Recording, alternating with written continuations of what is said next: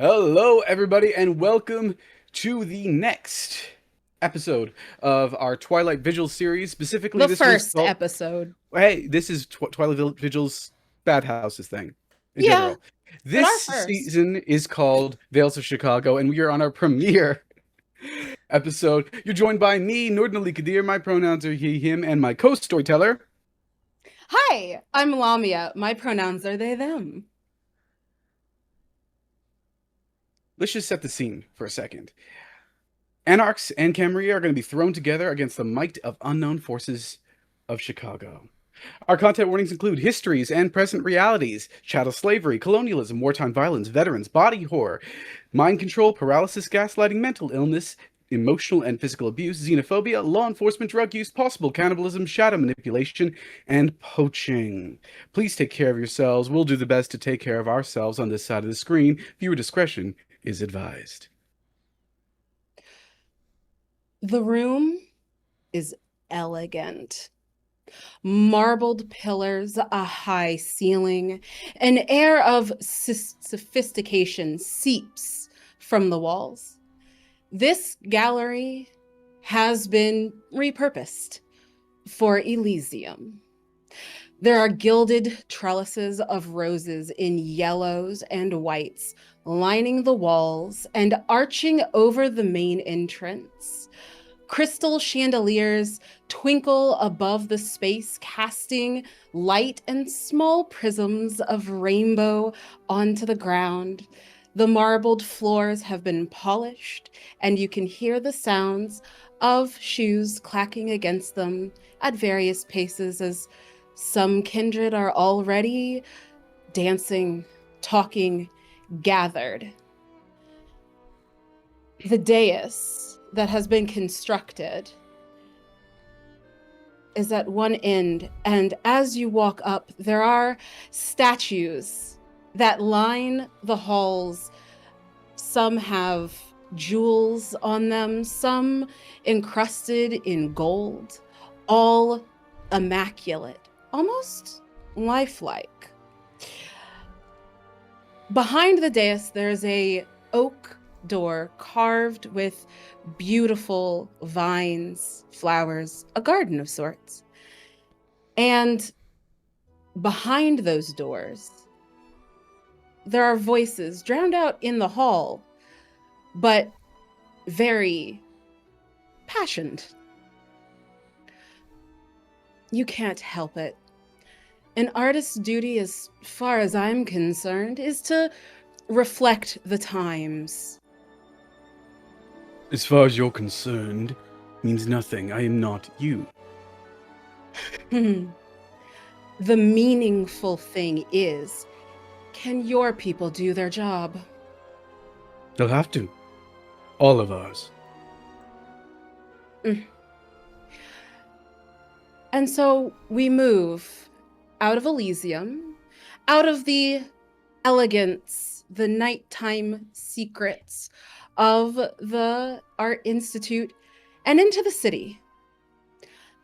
DeAndre, what are you doing this evening, and where do the prince's hounds find you? DeAndre would be found at a fundraiser. This is normally what he's doing. Political fundraisers, local fundraisers. He is the face of a lot of different events and scenes to raise more money to put back into the hands of the people, because DeAndre is indeed a man of the people. And he needs to make sure that his words are going out to the right people to make sure that the pockets are properly being lined. He is a man that stands out amongst the crowd at a 6'8", suited, dressed to the nines, but he looks like your stereotypical high yellow fuckboy. Not quite Drake, but not too far away. He doesn't have the braids, he doesn't have a beard, but he got that fresh fade, the 360 waves popping off, the jewelry. So, What's Mr. up? Lord, tell me, what do you think about the new mayor, huh? she's interesting. And as a man of the people, she seems to have the ear of the people, and thus I like the new mayor. A political response for political times. Damn. I thought we got you on our side. Sides are what they are. They can change as need be. This is the political machine that we live in. But the right side is the side of the people. All right, all right. And a waitress, quite attractive yet forgettable, comes up. I'm so sorry. Are you DeAndre? I am. I'm so incredibly sorry to interrupt, but there are two people who are incredibly insistent that you come out to the foyer. They say it's urgent. They said that if they said the Dans are here for you and that you would know what that means. And DeAndre, you know the Prince's Hounds, Danielle and Danny, Dan A and Dan B, only come around when something is indeed serious. I look to the person I was just talking to. I'm afraid I'll have to continue this conversation at a later time. Look around to the crowd of people. Please, people, don't let the party stop on my part. I have to take my leave, but I wish you all a great evening and keep talking and making those connections. All love, people. I'm out. There are a few scattered groans and you hear a few, oh, can't you stay, as you leave. And sure enough, standing there are the two Dans. They look related.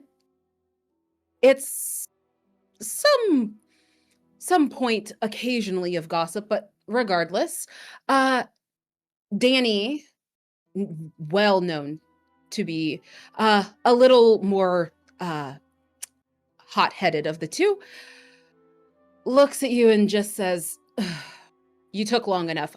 You're requested at Elysium. Come on. The attitude is unnecessary. I'm here. The attitude is you get what you get and go to the car. Hopefully you have something nice this time, at least. Danielle smiles at you and just says, depends on your definition of nice, but the prince is waiting. And we have another pickup to make. Let us be off then. They take you to a very, very well-kept, luxury, black, tinted windowed SUV, leather seats, and some nice calming music in the back. There is, if you want, a flute of blood there for you as the Dans get in front and begin to drive to what you assume is the next pickup. Stepped our game up. Well done. I do not take the flute because I don't know if it fits what I need. Do you ask? Nope. They say nothing. And they start to drive. And we transition scenes. Sunday, 2 hours in to a very normal night. Where can we find you today? You couldn't pick the more opposite place. Sunday is in a soup kitchen, sleeves rolled up, tied up back, and actively handing out food to people who need it. He's spending most of his time, I think, lifting boxes, really. It's the boring logistical work of trying to make sure people are taken care of, but it's the work nonetheless. And considering the fact that he's a fairly normal looking dude, he's about 5'8", sort of beard, hat, kind of looks like a cross between thrifted bohemian grudge and like actual intransience, which is suitable for him because he stays out of the way. He moves where he needs to. He's quiet, and he chimes in with a word, with a quick bit of help, a steadying hand on someone who's picked up a bag that's a little too heavy and maybe has a little too many cans, but they didn't quite notice. But you work here long enough, you get the idea. But that's where he is. You get the click of the radio. Someone turns it on. In other news, the Bloody River, as folks are now calling it, has been determined to be nothing more than a suspicious prank. Right now, the mayor's office is suggesting that it could simply be a large amount of Kool-Aid was dumped into the river as part of an early celebration for Halloween. You also know that Halloween is nowhere near now. Several months away. Okay, yeah. Yes. Someone turns the radio off. Sunday. Shoshanazad, a woman who you recognize, stands before you. She is also not of one of height, you would say, probably around 5'5". She's dressed in cargo pants that are cuffed to reveal leather boots, and up on top she has a blood red silk shirt. Her hair, if she has any, is covered by a scarf jauntily tossed over her shoulder. Her eyes are coal black. What do you think of Shoshan? One of the barons of Chicago. Well, they've only ever been straightforward, which in this particular unlife is rare. They don't lie. They tell you exactly as much truth as you need. And that's kind of a nice change of pace, honestly. And it's with that same brusqueness that she looks towards you and she says, "You've been requested." You know, you stick out like a sore thumb here. I know. I stick out everywhere. It's Chicago. That's not true. That's not untrue. All right. Yeah, where am I going?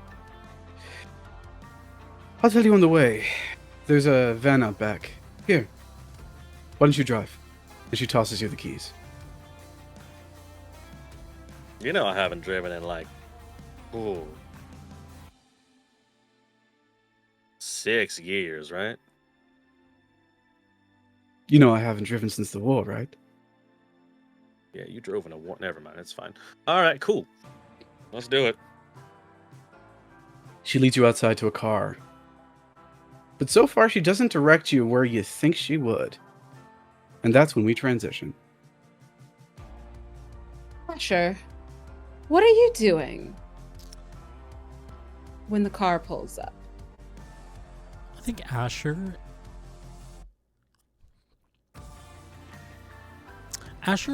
probably was brokering a deal. Probably has a guest. And as soon as I see the car pulling up, politely I ask them to return another day. Hopefully hurrying them out before my colleagues get a whiff.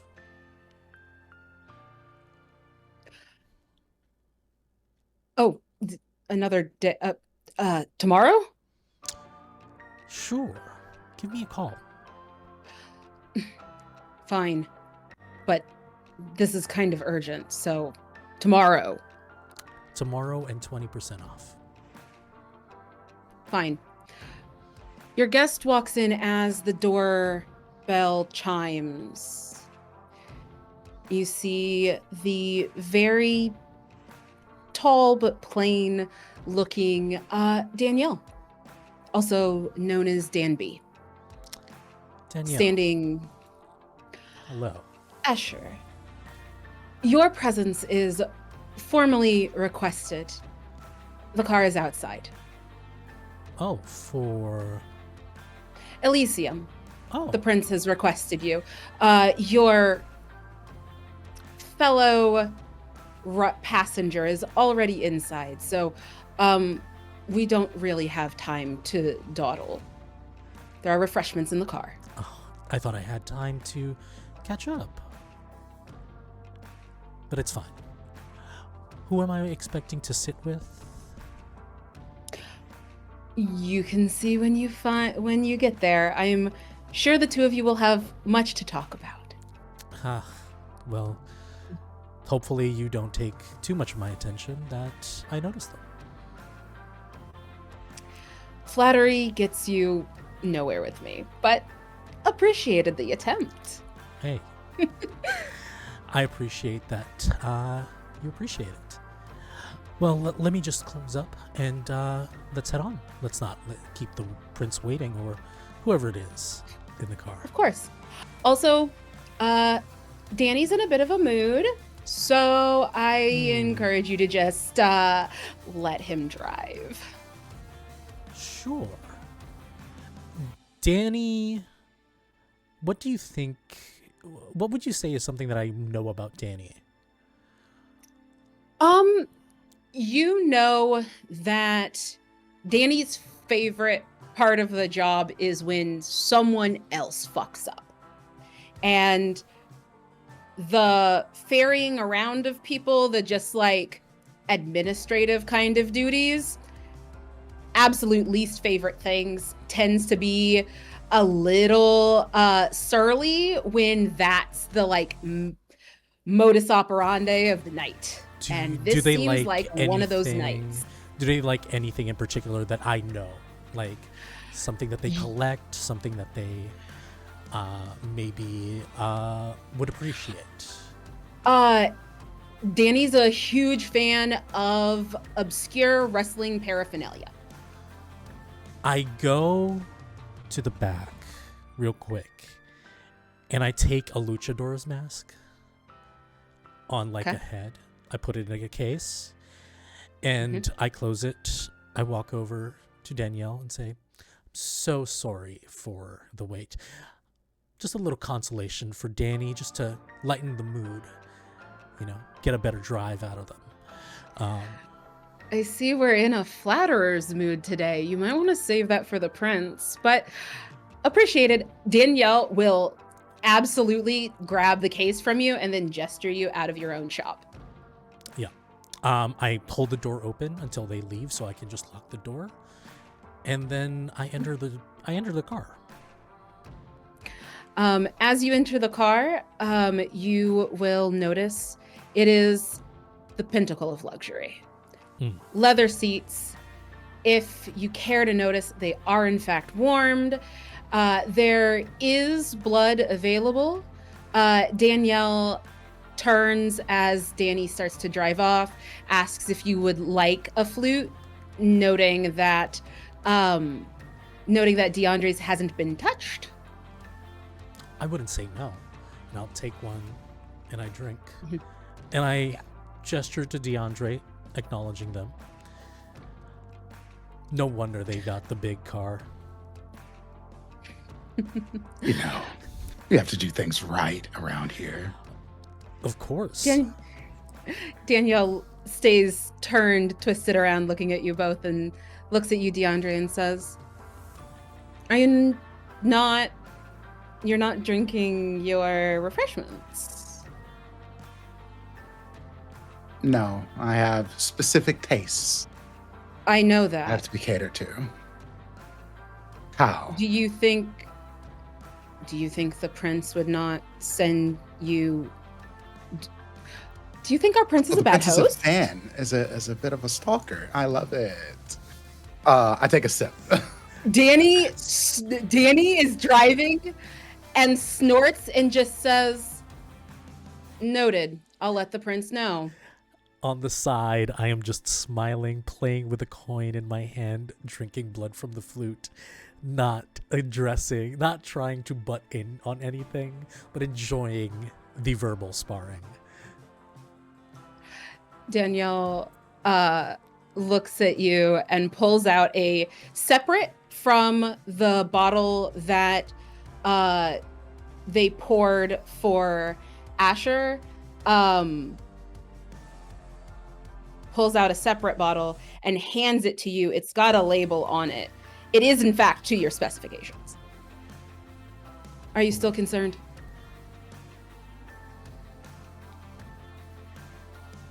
No, I'm not concerned about the taste.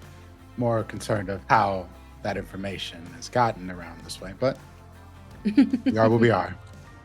And I take the glass and I drink at that point.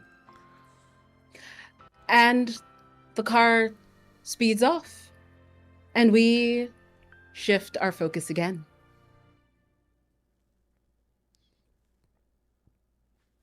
Lysander. Or Lie, is it?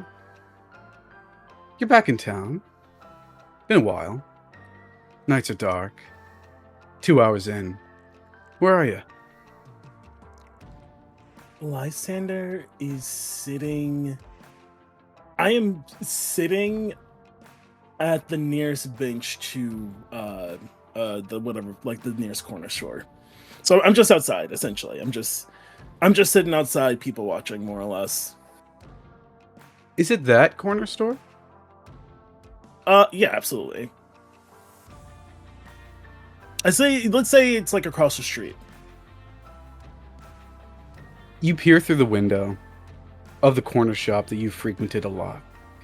And you do see Anya suddenly look at you, though she shouldn't be able to. She shouldn't have seen you from that far away. And just wave, slightly. Before you can really wave back, your view is blocked. There's a woman in front of you. She's not the tallest, dressed in cargo trousers, leather boots, red silk shirt, scarf covering hair, maybe? Coal black eyes. She looks at you from forehead all the way down to your feet and then back up again. And she hands you a small piece of paper folded in half.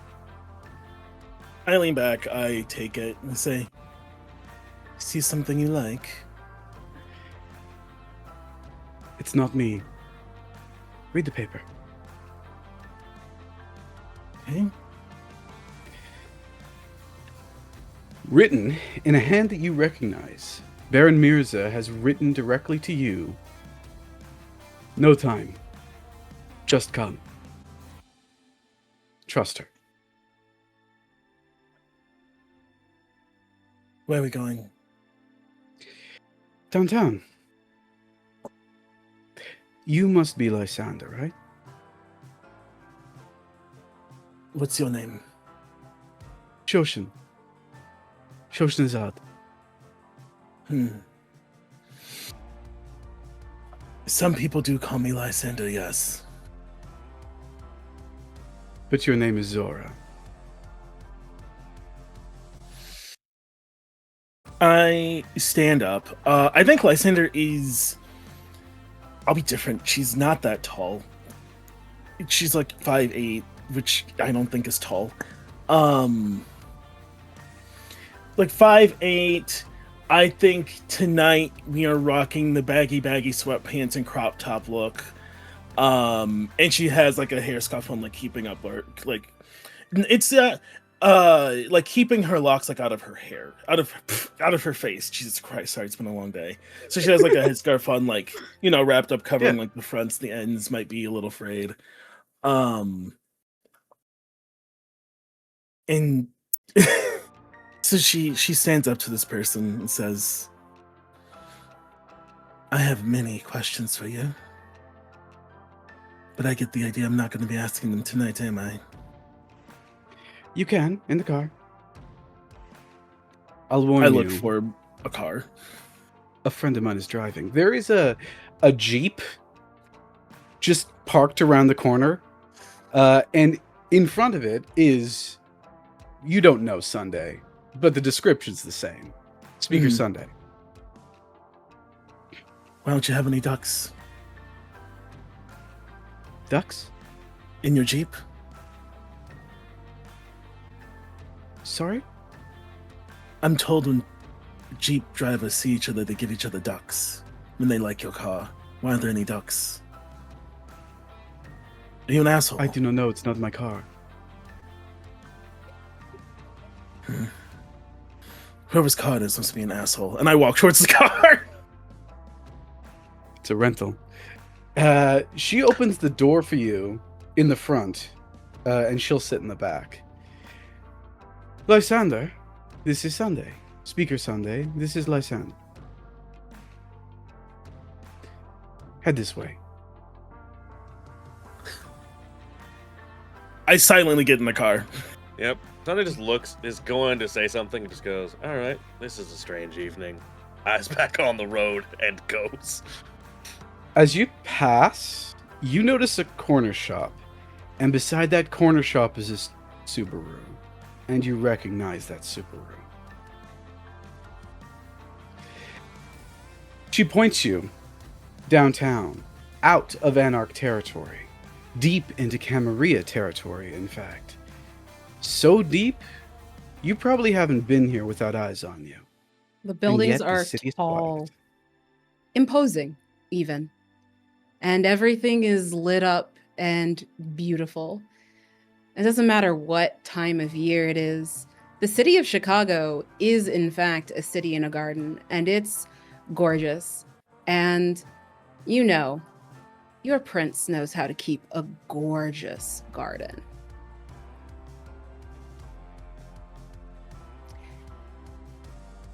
The truck pulls up. Both trucks, well, a Jeep and a truck, pull up almost as though planned at about the same time in front of the Chicago Art Institute. Joshin comes out of the Jeep first and then opens the door for Lysander in a very respectful kind of way before going to meet Sunday on the other side. When I step out, I say, "Child, why are we here?" I am not the child. And we are here because you've been summoned. Dan A and Dan B get out of the car in unison, twins. It doesn't matter that specifically, DeAndre, your side opens out into traffic. They open it anyway. Specifically, Danny opens it out.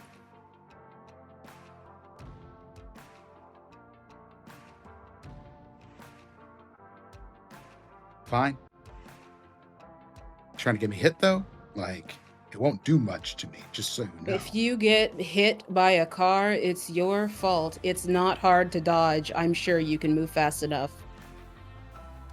Yeah, The I prince was is over. You waiting. recognize it. You recognize it. I walk out and around the car. Asher, Dan B looks at you and opens the door. We're here. You're going to have an interesting night. I expect nothing less. Oh, and the rest of your cohort's here. Have fun. Cohort. You will walk in first, and we will walk behind you. That is the orders the... She hesitates. She pauses. It's a pregnant pause. Prince has made.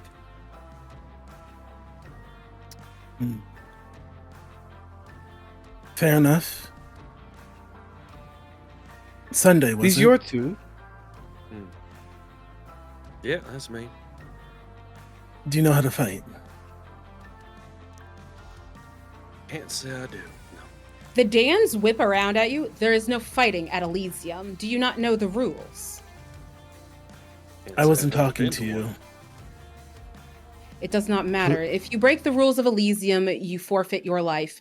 Do not fight. Do not use your disciplines. Walk forward and be respectful. Even if you have no respect for us, your Danielle.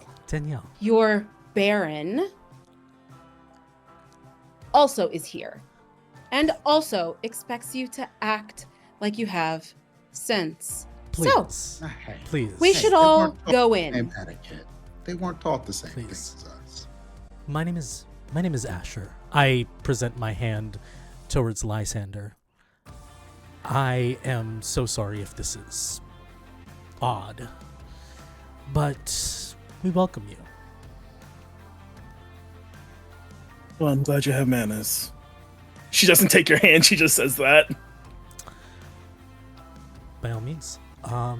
So us first. Yes, and I would caution you all to play nice with each other. Today's a strange night. Let's not make it worse. Of course.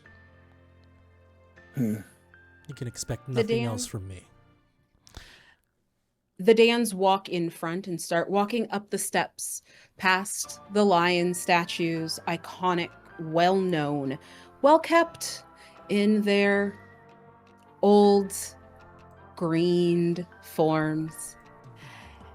And you start to be led through the Art Institute to a back gallery, an elegant, ornate room that has been cleared of what you suspect is probably its normal fare for the humans to the mortals to enjoy. No, instead, this definitely has the distinct touch of Prince Madeline Dupriest's taste. But there are It is- still humans here. There's a few of them. None of them are looking at you. They're doing their jobs.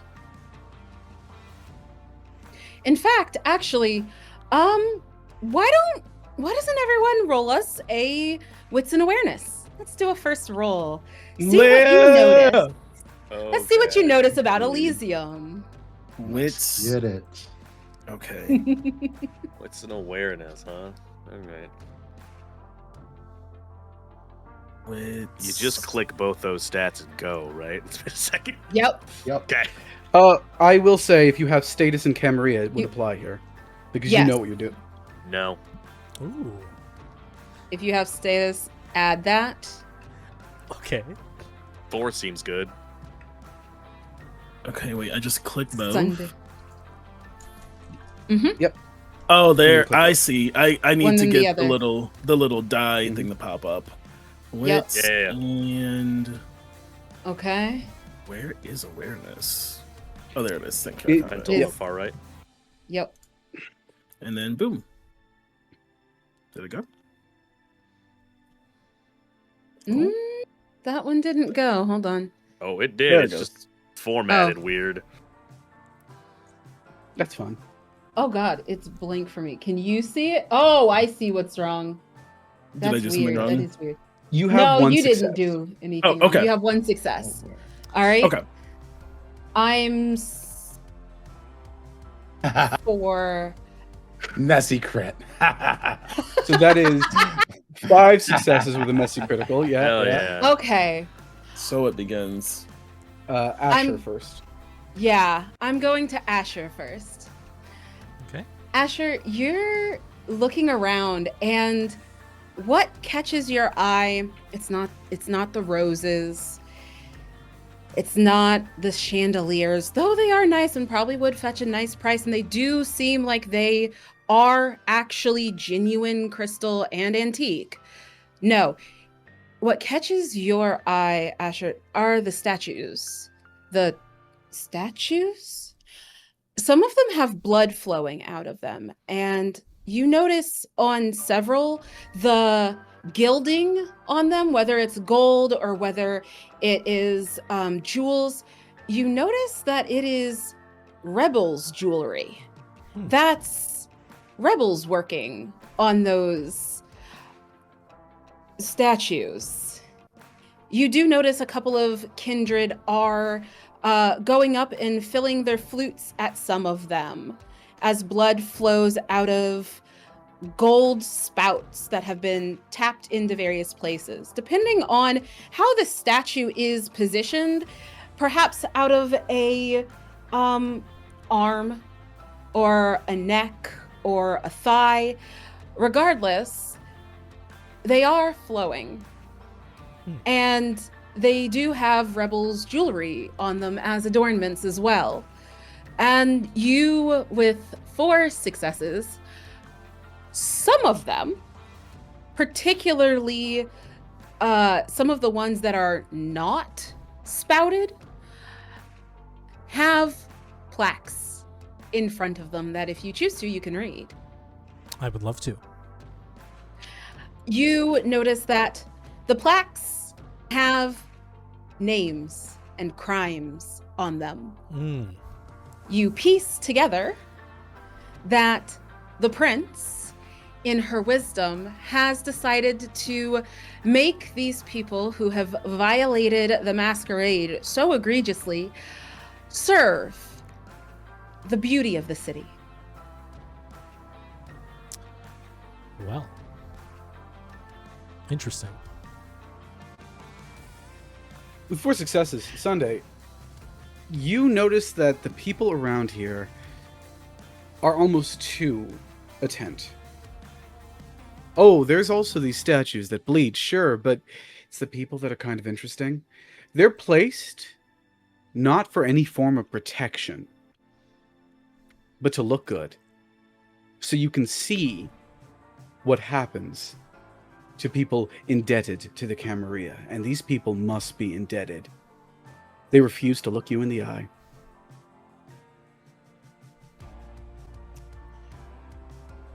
And DeAndre, you walk in here and your beast is pissed. This should be ours. The fuck is this?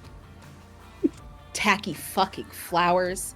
You should kill that bitch. As you notice just the details, they're so fucking useless. They're not gonna make any money out of this. There's no venture here. It is just pretty. And it's not even pretty because underneath, with a 5, especially with a bloody crit, all you can smell, the flowers aren't covering it. It's the smell of blood. There's so much blood flowing in this room from these godforsaken fountains, statues, whatever the fuck this beast of a woman has done. You smell all of it. And you also notice how few of your people are here. There are so many people already here. And as you all are walking through the door, your beast also clocks onto the fact that they're all staring at you. But it's the dais that your eyes are drawn to after you get under control from the smell of blood. Because there are 2 people on the dais tonight, not just 1. Lysander, as you walk forward, your crew? Circle? No. You've been alive too long. You know what a coterie is, even if you didn't choose it yourself. Everyone goes quiet. There are people from all across Chicago here, people who you haven't seen, people who you do not know, and people who you do. They're not just Camarilla. And waiting for you up front is Baron Mirza himself beside a woman who you don't recognize. The truth is, it's so distracting being in this place that you don't notice anything else. As your eyes set upon the dais, you get tunnel vision. You walk forward. No one says a damn thing here. They wait.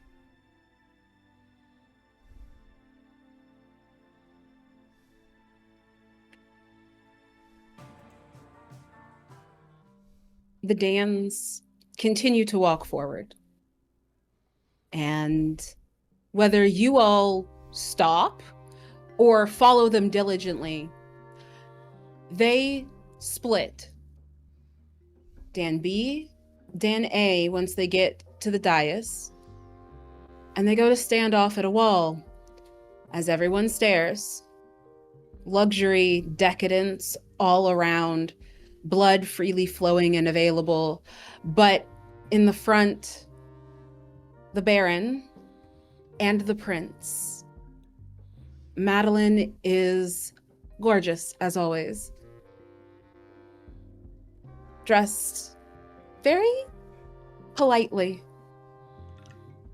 Peplum pink, a rose. And Mirza on the side, like an ornament. Like the ornament he always should have been.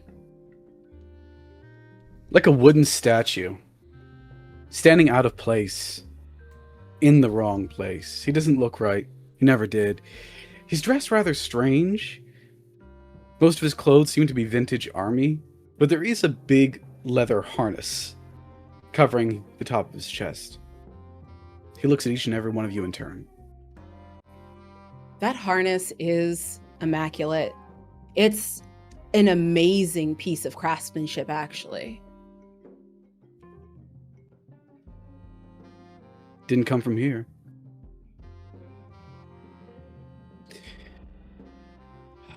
I think the show has done enough. Come.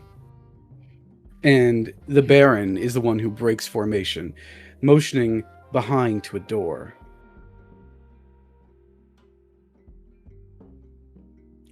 The Prince waits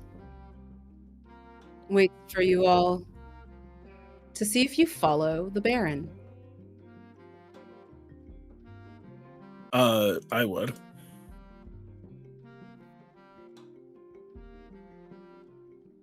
Sunday waits, looks at the other two. Order was you two first, so. I just gesture and head over. Yeah. Bring up the rear. The Prince stands and smiles as you all walk past and just greets you. Welcome to our Elysium. I'm very excited you all could be here. Shall we? And we'll Good evening, follow my the friends. rear A pleasure. to make sure no one dallies as Mirza leads you all into the room.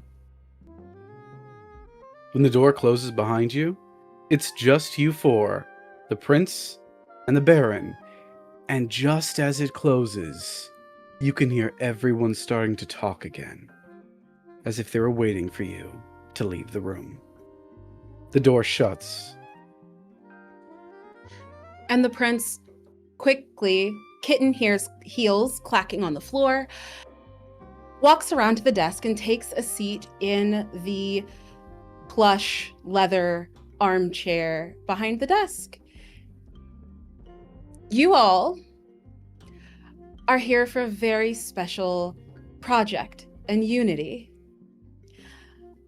Mirza and I agree that it is time for Chicago to be unified. Do we? And we have... What? I thought we agreed that there was a threat that requires a temporary truce. Yes, that's what I said. We're going to work in unity.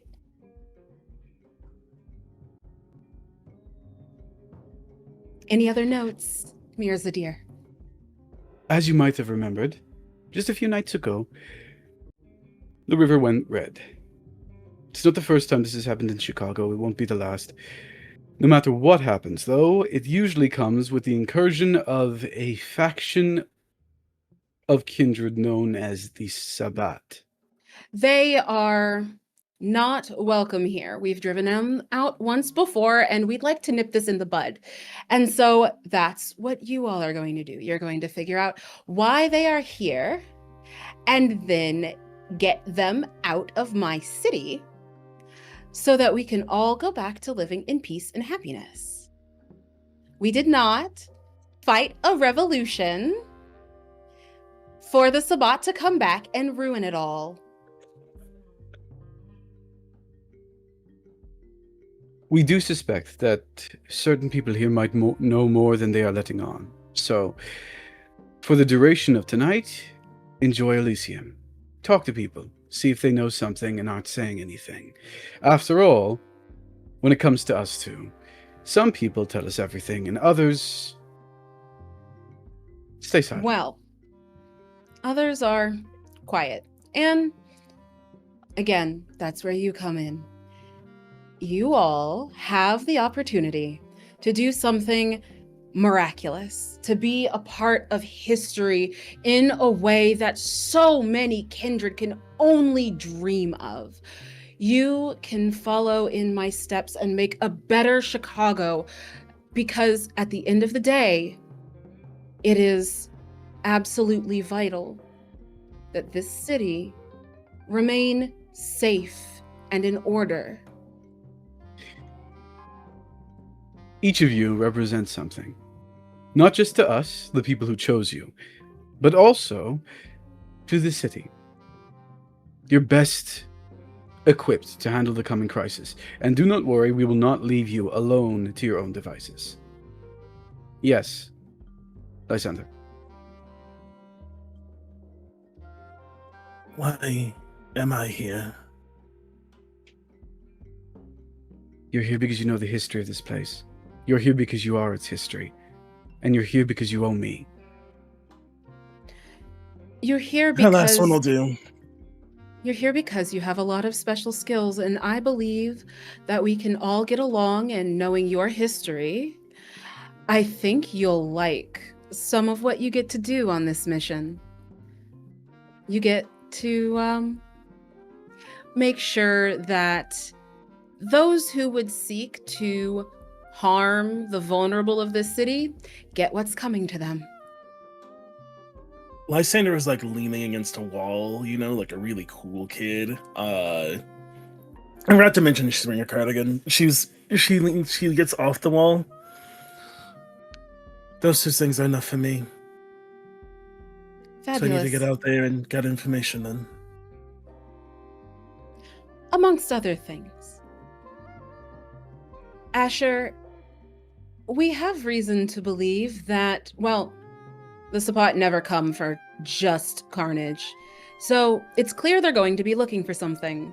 You're well placed to figure out what that is and make sure they don't get it. Of course. Have you gotten any information of what this could be? Any No, that's inkling? your job. Of course.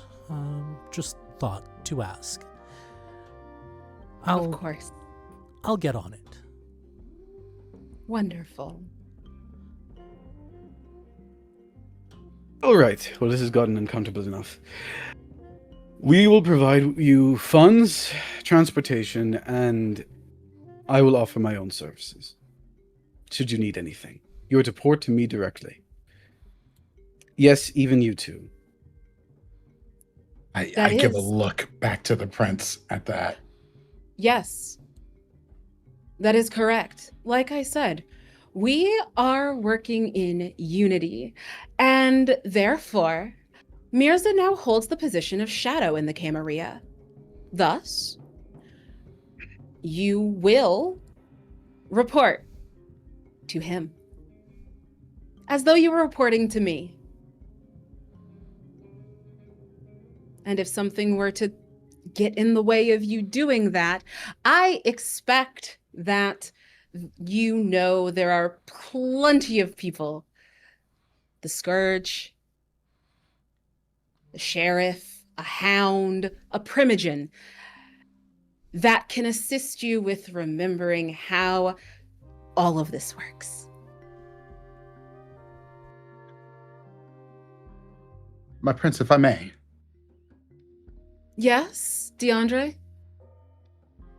do you wish for us to physically fight the Sabbat?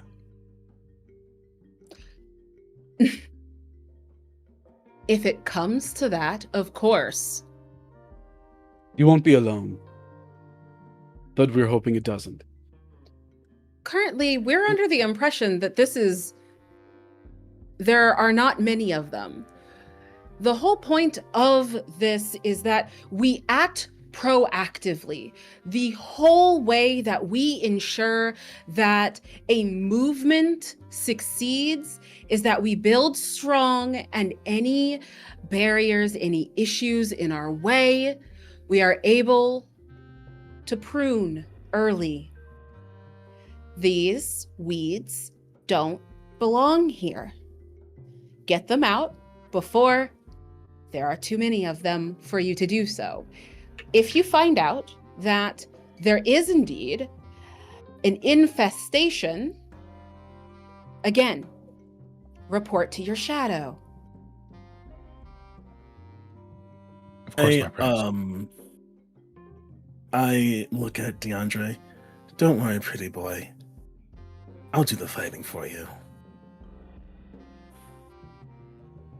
I assure you, DeAndre would not be here without some purpose.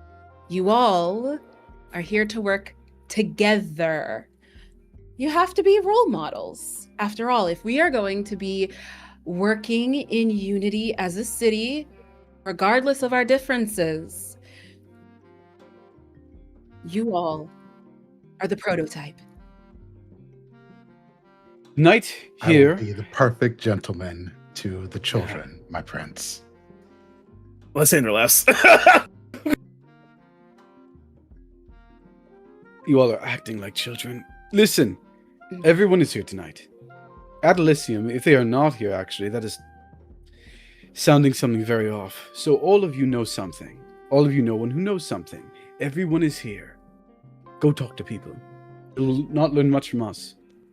And you all took a while to get here, so you missed the introduction of the new Kindred. However, there are new people in the city. I do encourage you to vet them further, given the current issues.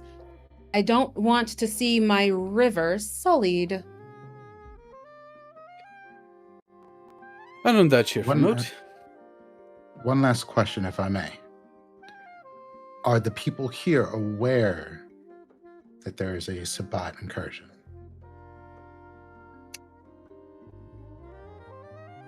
Who's aware of what depends on what they need to know. and what they suspect. Do not set alarms off. Of course. Discretion, please. If I may be blunt, the last time the Sabbat came to this town, a few decades ago, they ran havoc. They killed many kindred. And to be frank, Chicago might not survive their incursion again, but what makes it worse was the panic. They want panic. They set a river to blood. They want us to freak out. They want us to yell. Do none of those things. Stay calm, collected. Play nice. Be diligent. Care for each other. Care for our mortal friends. Make sure the city is safe. We have created an order. I ensured that this city was no longer a hotbed of Sabbat and corruption and mess when I took over. My desire here is that it not only be me continuing that legacy, it is on everyone. Everyone has their place and part to play in our city. We are a gleaming beacon, and I absolutely will not, under any circumstances, have us end up like New York. So, we have been blessed with a city that is pristine and second to none. Therefore, I trust and believe that all of you will take this as seriously as it is, as seriously as your lives depend on it, and that you know that success will be greatly, greatly rewarded for everyone. And failure is not an option.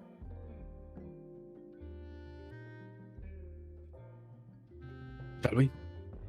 Can I go now? Yes, please. Yes, get out. Thank you for your Uh, time. Lysander goes back into the main room, like Silent Hall. Sunday. Thank you for entrusting us with this, my prince. Yeah, you want me to Something- stay behind a moment? In your head just says quickly, the more she talks, the less she says. Ain't that God's truth? And Sunday walks out the room.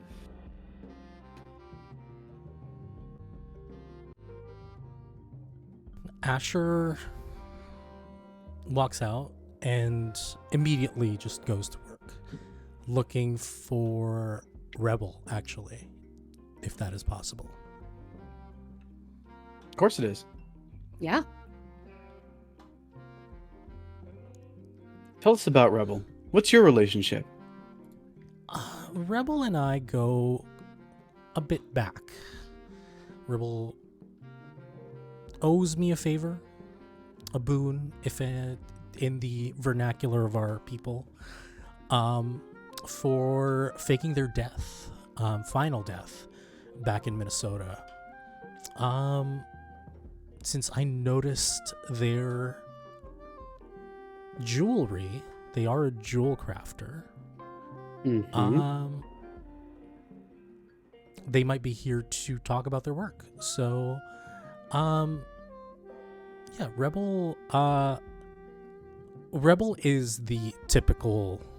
Actually, no, not so typical, but like the Midwestern. I watched so many things. Like, I read so many magazines about fashion and watched all these, like, watched breakfast at Tiffany's and be like, I really want that life, but stayed in a small town until they got turned. And yeah, I think if I get to find them, I'd like to have a word.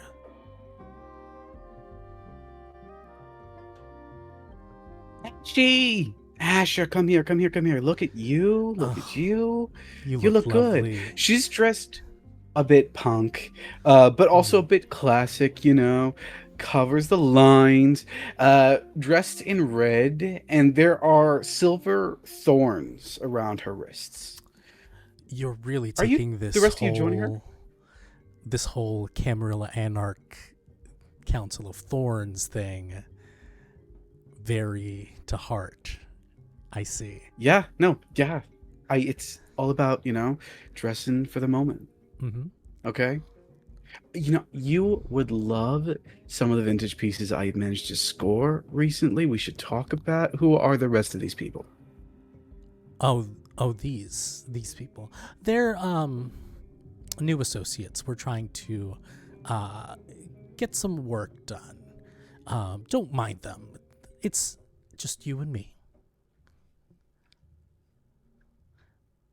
Asher, what is this? First you come in here with them, and then what are you hiding? It's me hiding anything? Oh my god, I can't believe that you'd think I'd be hiding anything. Rebel, come on. Okay, fine. Rebel Riley, Rose, nice to meet all of you. Go ahead. Ask your questions. I'm just wondering how did this come about? I mean, I'm sure they commissioned you for something, and I see all your new pieces on these statues. They're wonderful, by the way. I'm going to have you actually roll charisma and persuasion. Sure. Unless you're trying to intimidate. No, I'm trying to be as sweet as possible. Charisma Okay. and persuasion. That's 5 dice. Well, you are doing that. What about you other three? What are you up to? Are you hanging around with Rebel Riley? Lysander walks off as soon as they're like, you came in with them. Lysander's like, okay. I Yep, same. Fair enough. I am trying to find Jake. Tell us a Jake. little bit about Jake. Jake's like great kid, full of potential. I know. I envision Jake as like not like a kid. I think Jake's probably at least looks like a vague, I say like vague 30 something, but I think Jake moves like a corner boy. Jake always seems to be like worried that someone is about to rat him out for something. The That's self-styled like, Baron. yes. Yeah. The self-styled Baron of the Downers is sitting in a corner of the room, looking at everyone, back to the wall, and goes up to greet you before realizing, oh no, someone could see my back, and lies back against the wall. Jake. Hey buddy, what's up? I'm freaking out. Okay, man, this is like not cool. This is too many people all at once, and I don't know half of these people.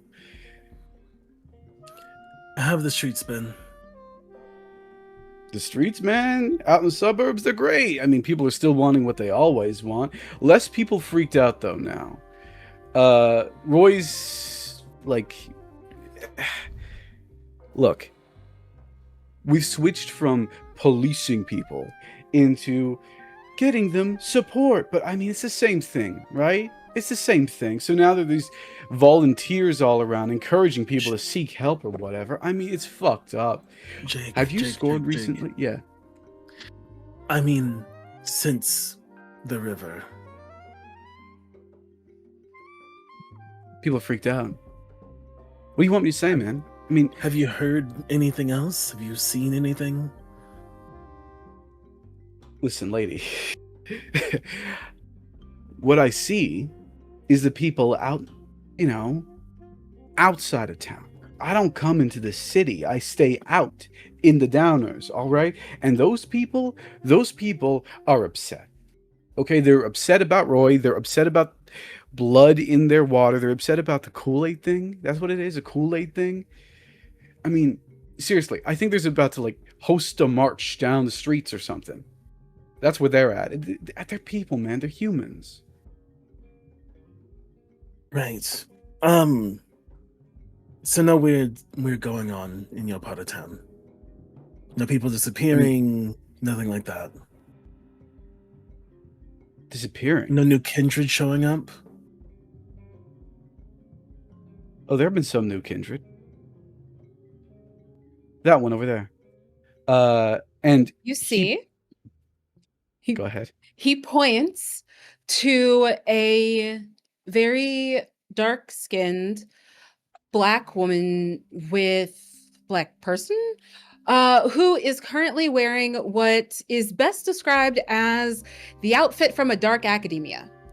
But it is so well put together, right? It is as though somebody has studied the histories of colonial London combined with some bits and bobs of Gothic academia and swirled them together with a little extra flourish that you struggle to place immediately, but it's amazing. And the legs are long with boots that come up just over the knees below the hem of the skirt, and a vest that is immaculately tailored with a white shirt that billows just properly, as though it's the wrong size in the perfect way for this look. And this person is currently talking to what is very, very obviously a group of incredibly prominent Tremere. And not least of which is Dr. Samuel Murphy, the primogen of the Tremere on the council. You've I look- never seen this person before. I look at Jake. That's something useful. Thank you. No And problem. Well, hold on. what? Do you ever get the idea that someone's trying a bit too hard? You know what I mean? Yes, why? I mean, that's like half of us right now. I thought walking in, hey, Mhm. thin-blooded. Yeah. Her accent is so good. Mm-hmm. That You it's know? fake. I don't know. But I think, like, so many eyes are on her that so many eyes are on them that they don't see me. And, you know, I thought people would see me. And, like, Jake, like, refers to himself in his jean jacket and his oversized t-shirt. And he does not look that impressive. But it's brand name. So there is that. Jake, do you want to be invisible in the corner, or do you want to be the center of attention? You do have to pick one. I'm the Baron of the Downers, man. I'm the only person who cares about the folks out there. I'm respected enough. I put a hand on Jake's shoulder. A word of advice. If you don't want to be murdered, the corner's a terrible place. Very easy to kill someone in a corner and have you be hidden. You want to be out there. Much harder to get killed in secret out there. Yeah. You're right. Oh, damn. See, this is why we should hang out more. I'm serious. I'll bring over some bodies and you and I can have a party. Okay. I'm gonna go to like mingle. Oh, or something. I gripped Jake's shoulder tightly. Following the rules, I gripped Jake's shoulder tightly. You bring me a body, Jake, and you will be joining them. And you and I both know that. Do I make myself clear? I meant like a body that, you know, goes with your predilection. I loosen a little bit. Not like a stiff, man. Those are two different things. I loosen a little a body bit. is a woo, and a stiff is just. Have a good night, Jake. You two's Lysander. You too. You have fun. You wander around. Maybe not talk to that one. Right? That seems like a bad idea. You and I both know what I'm gonna do after you leave. Have a good night. No, I don't. I don't know nothing. And he Asher. walks away. We never talked. Smartest move Jake's made all night. Asher. 2 successes. Yes. You get a nervous kind of cagey response from Rebel. What's making you so nervous? It's What Elysium. is- No one's going to harm you here.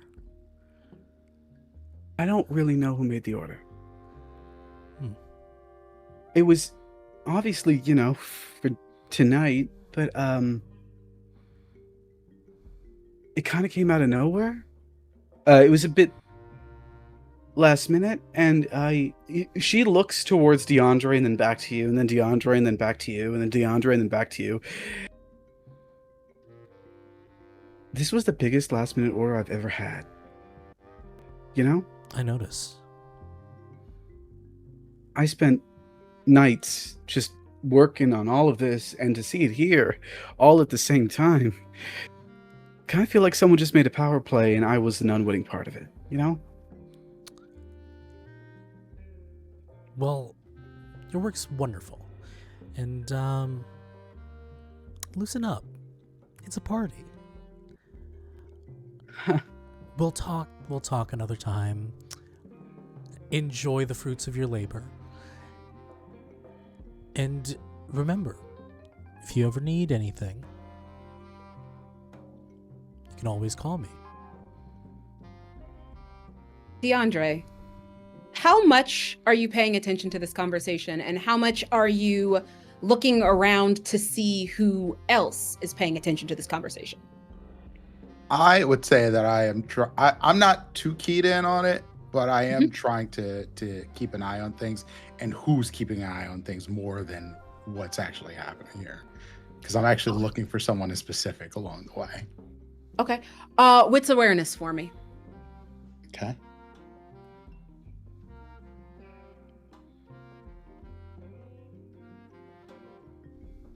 Awareness.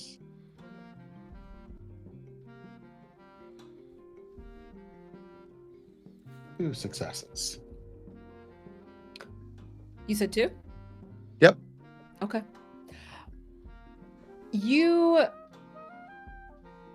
There are a lot of people around. No one is obviously listening. You do notice that you're actually quite close to a couple of people. Actually, the harpy, Dimitri Krill, is talking to a couple of the Primogen and a couple of Kindred that are just folks in the city. Somewhat nearby, you also notice that the sheriff is kind of milling about not far from you all. Do I have any idea about how old Dimitri might be? Ooh, do you? Because I've been around for 100 years, so. Yeah. Let's you've been around for 100 years. I think you know Dimitri's older than you. Okay. But you don't know how much. Okay. But you know Dimitri is the harpy and one of the prince's best friends. Okay. That is very well known. And it is known that the harpy is Samisi.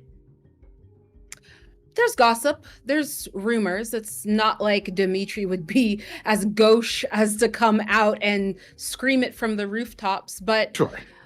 when Madeline took over from Daly, there was a period of open acceptance for those who assisted in regaining order over the city. And Dimitri was one of those people. I will approach the harpy. Okay. He is, as you come up, he is good-humored, laughing as a joke seems to have just been told. You did not hear it. You don't know what they're talking about.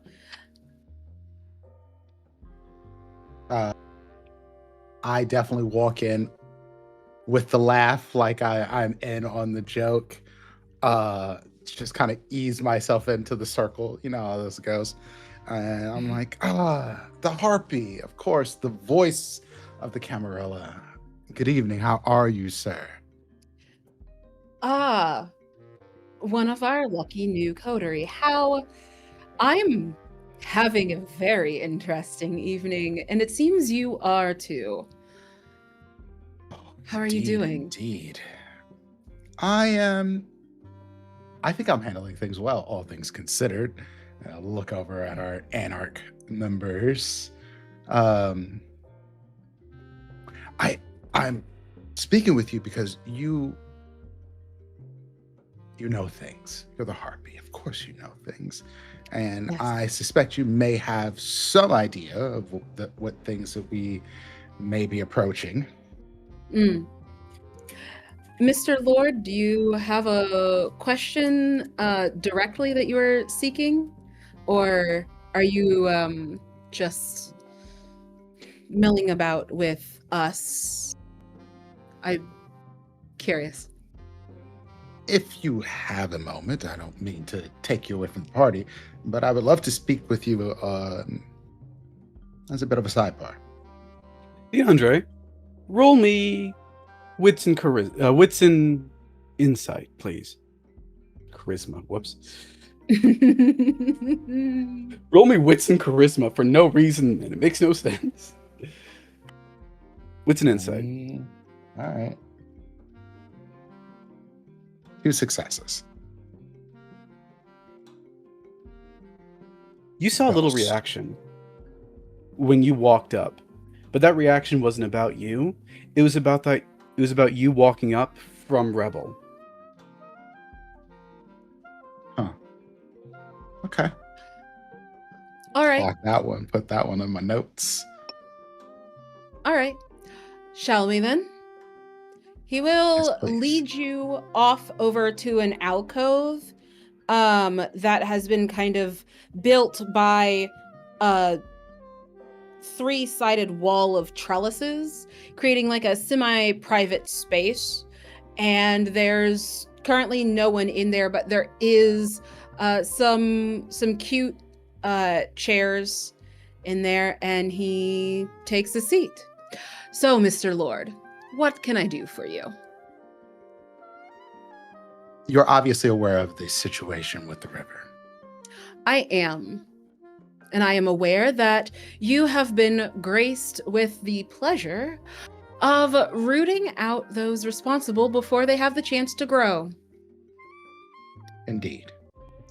I cannot say that I've had any encounters with those who have laid down such roots.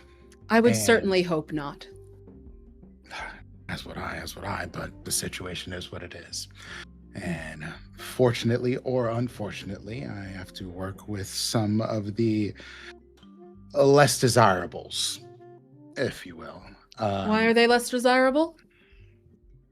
They're They are picked- anarchs. Of course. But Is they that are not good still- enough for you? Do you believe that the anarch movement is more important I trust our to us? prince. I also trust the prince. This does not make me like these people more. That's fair. You don't have to like them. You have to work with them. Indeed. And I would hope to make working with them the shortest period possible. Mm. So I'm I reaching out think to you it's... Yes, go ahead. because you tend to have your ear to the streets and the goings on within the Camarilla. And if there's any word of where I might find these people that are causing such issues or ways to stop them ahead of time, I would lean on your knowledge. Mm. If I had word of where to find these people, you wouldn't have gotten the job. Fair enough. But I do appreciate you coming to me. I do know quite a bit of things. I may or may not know that in the past, there were some strongholds out in the northwest suburban area of the city. A old church, and in South Shore, an old church that were particular clubhouses of sorts for those disinclined to follow the rules of the Masquerade.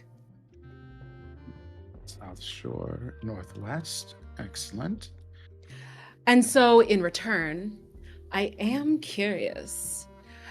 The conversation you left to talk with me, what was that about? If you want my honest truth, I was not actually listening.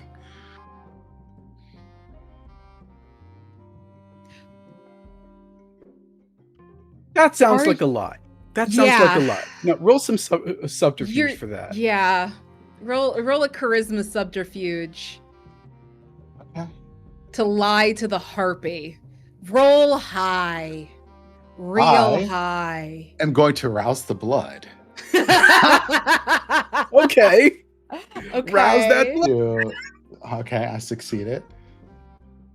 Uh-huh. It's not showing up in Bless. here. Yeah. Why Don't have I trust not you. seen- I don't know. I had my sheet open from the roll 20. No, it's not your fault. or the It's not your fault. And then you said or charisma. And Yeah, or you can do subterfuge. manipulation, subterfuge, or charisma. Take manipulation subterfuge. over. Yeah, let me do Yeah. manipulation then. Mm-hmm. Give me one moment. Roll real high, friend. Manipulation. Subterfuge. +2. I'm going to use some willpower Okay. to re-roll. I think you can only re-roll one there. No. I have 3. Yeah, you've got. That's not a one of those is a hunger die. Yeah. You But want I it? had multiple that Oh, were- I see it. Yeah. So that brings it up to 6 successes with a crit. Okay. Dimitri looks at you, squints, and then leans back. Fair enough. What did I expect? They aren't that important, are they? This rebel person is not I'll give someone you I should care about. I'll give you a tip of advice. The more you think people are beneath you, the more likely they are to be able to attack you from underneath. I would encourage you to start paying attention, Mr. Lord, or you're going to die. Sunday, your friends have wandered off. Well, friends is a strong word. Your Strong. coterie mates have wandered. Okay, that's still a bit too strong. The people who were there have wandered off. All split off in different directions. Mhm. Where are you going?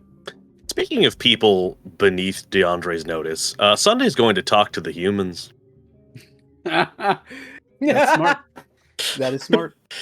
Good job. 'Cause Sunday does not attend Elysium for obvious reasons. Sunday doesn't know anybody here. Sunday doesn't want to make friends with most people here in this context. No, thank you. There are a few different kinds of humans here. There's some people who clearly are meant to be blood dolls, if we're being honest with ourselves. There's some that are security, whose job is to watch and look menacing. There are a few others, though.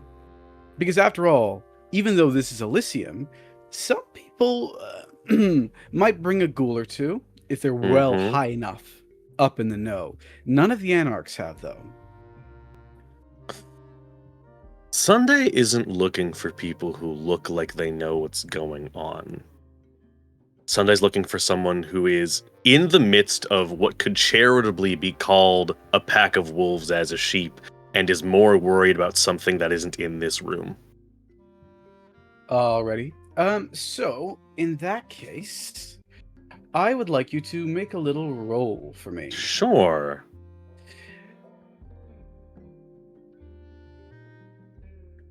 Intelligence. Okay. And insight. Okay. You need to know what to look for. I need to be able to see within people. Makes sense. That is the dice menu. Okay, cool. Bigger. 2. Okay, on a 2. With a thing, whatever that is. Is that a crit? I don't know what that is.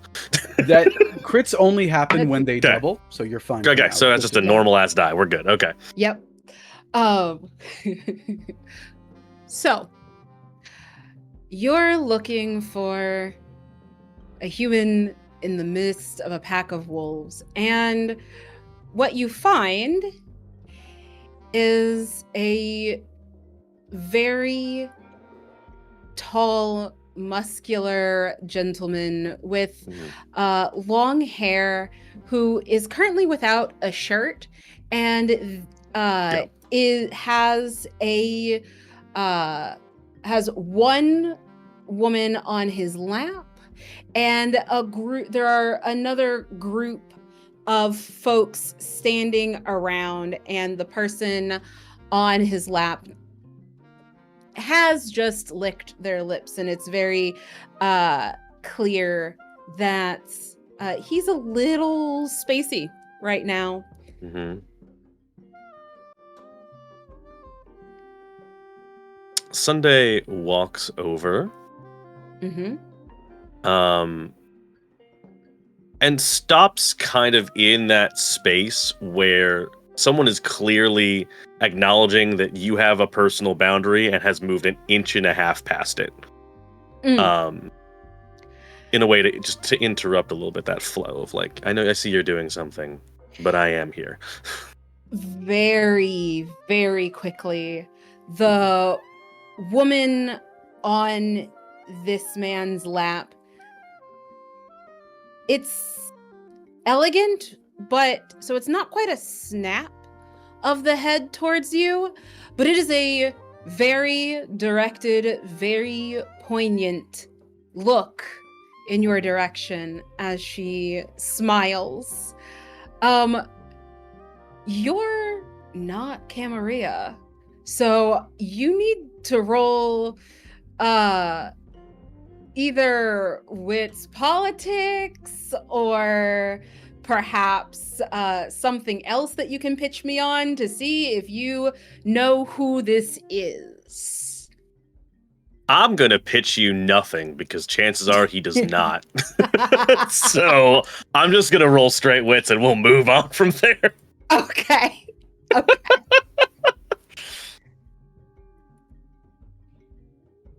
Okay.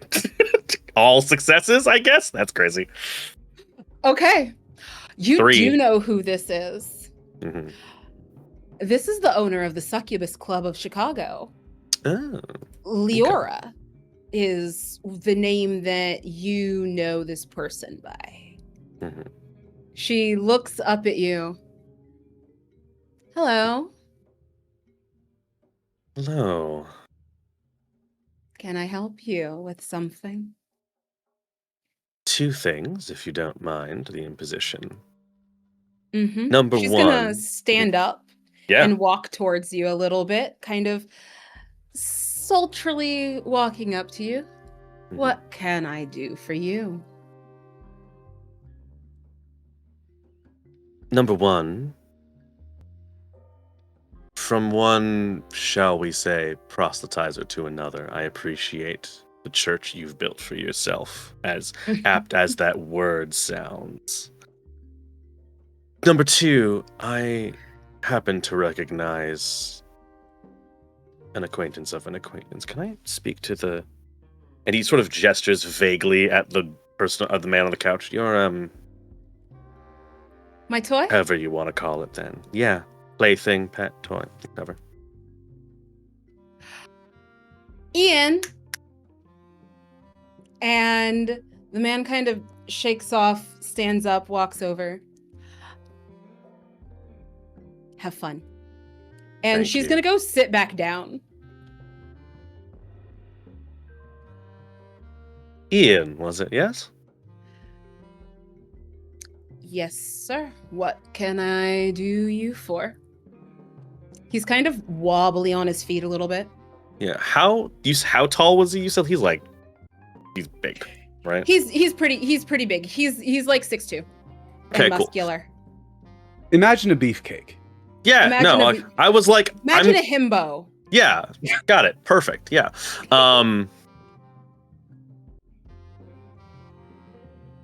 Sunday sort of like in a similar way sort of snaps his fingers and sort of pulls, like, gestures for him to come down, because Sunday's not that tall. Come down to me.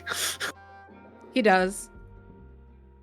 And he sort of grabs the back of his neck, pulls him in, and says very quietly, "You seem a little preoccupied today."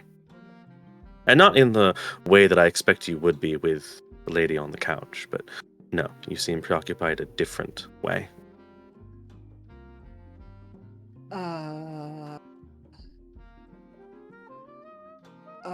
What?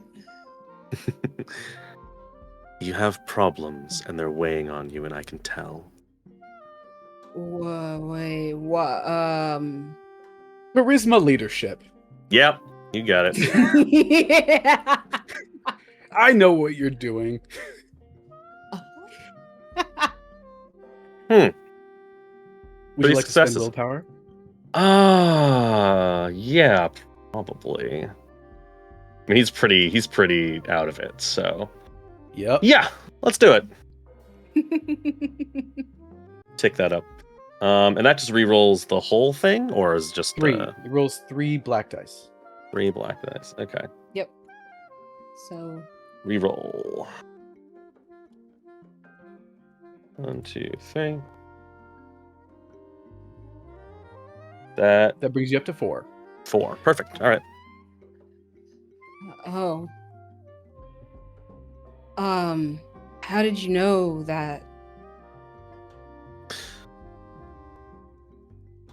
When you work in the same line of work that I do, and I've been at it for a while, you can tell who's carrying a weight and when it's weighing them down and dragging them down. This is a place that's supposed to be fun, supposed to be revelry, and you're rare in that you're not here. I'm So, here. no, you're not. Your body is, but your mind is elsewhere. That's. I like that. Not this way, you don't. What?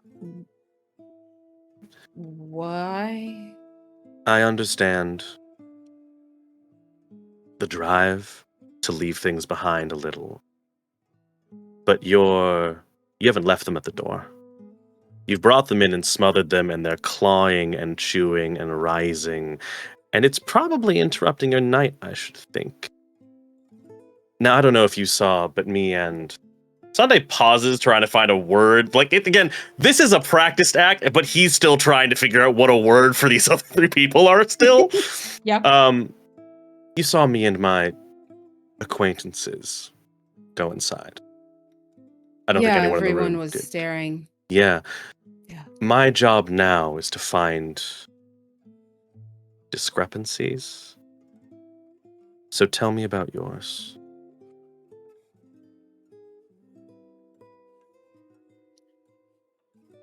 I really like Miss Prentice. And she makes me feel good most of the time. Kind of like this. It's floaty. It's really nice. But yeah, I don't know. There's a lot of people. It's kind of, I don't like. I mean, I like what she likes, but I don't. It's a lot of people. Sure it is. Anyone in particular bothering you? You seem like a person who's got a good insight.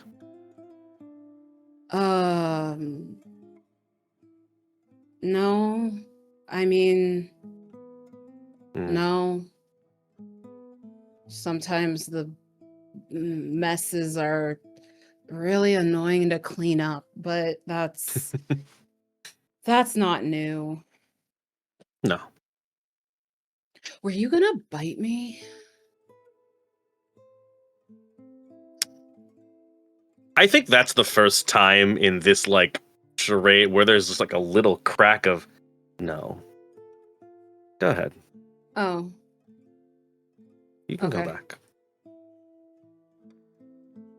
Well, good luck, dude. Appreciate And it. he's gonna turn and he's gonna walk away. Mhm. And that is where we will go to break. Hell yeah. So we'll see y'all in 5 to 10 minutes. Thank Okay. you all for joining us. Hell yeah. Welcome Sunday. back. We're back with our Vampire the Masquerade campaign. Last we left off, Sunday, you were talking to Ian, and now as Ian walks away, you see roses. Roses covered in thorns, intertwined of many different colors, red, white, yellow, purple. Over and over, a relative river of roses run as blood trickles in between them, soaking them, drowning them, floating some. The river of roses, of bloody roses, follows down a sinuous path to a cathedral made of white stone. As the blood touches the door of the cathedral, they turn red. The spires of the cathedral darken. The cross inverts. The roses enter. The blood surrounds it like a moat. And Lysander, when you wake up from this premonition, where do we find you? I think I kind of in my head it's almost like that's like I stopped in the middle of walking, and I continue walking towards that person, the beautiful person in boots. They are talking. Their voice is actually kind of bubbly and melodic, and they have a smile as they humor this gaggle of very clearly studious, pent-up people. But regardless, they seem to be getting along, and you are able to hear as you're walking up this person with a slight accent that I am not going to attempt. That if you want to roll, you can roll to try to place it. Sure. I like rolling dice. Okay. Let's call that intelligence. Academics. Intelligence. And if you have any languages specialties, you can add those. I don't believe I know I have a special in academics. I don't believe it's language. Okay. How do I click on this? Let's see. No, it's not in language. It's in ancient societies. Let's see here. Roll.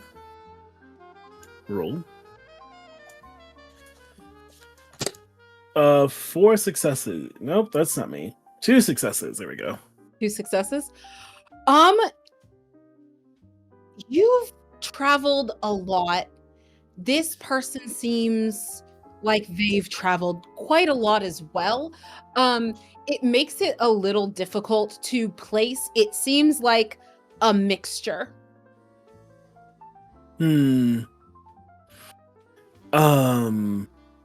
I think I walk up and I do that thing where like I come out of their periphery and sort of I stand in the, you know, when this one stands in the ready position in the conversation, like you're talking to people. I want to talk to you. Yeah, they notice you immediately as soon as you start to approach, and they simply just take a step to the side to allow you into the fold. And you know, travels are so interesting that you always find something, don't you? And they turn to you. Hello, you're getting a lot of attention. Hi. I can say the same for you. Well, I am new, and it is Dr. Murphy here, who has been so gracious as to vouch for me here in the city while I am visiting, and a sanctioned visit by grace of the prince and baron of the city. Interesting configuration you have here. Where are you visiting from? Many places. I travel a lot. Last I was in Last I was in the UK, actually. Hmm. You do note it. By the way they dress and the way they speak, they seem like they were in the UK for a while, but that's not the only place they've been. You seem like you've been around a few places. Where have your travels taken you? What are you exploring for? You know, I truly feel as though tracing our ancestors' steps can help bring us back to the present. What about you? I don't know anything about you. Dr. Murphy, sure you do you know each other as well? You notice that the rest of the group that had been around seems to, as soon as the two of you started talking, they wandered away, except Dr. Murphy is still standing there watching this back and forth. Yes, Dr. Murphy. You haven't told your guest about me?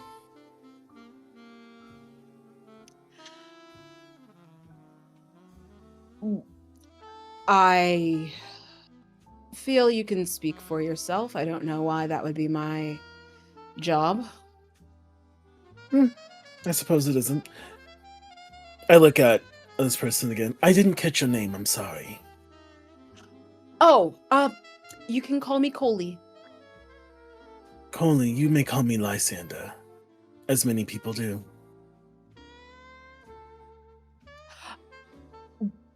Dr. Murphy looks at you, tilts a head but says nothing. And Coley just smiles and holds a hand out to you. I take Coley's hand and I say, pleasure's all yours. It is warm.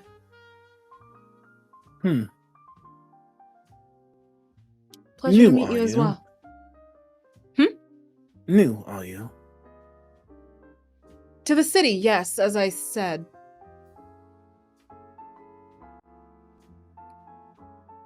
I look at the doctor and I look at Coley again. Coley, what do you travel for? I travel for exploration, knowledge, fun.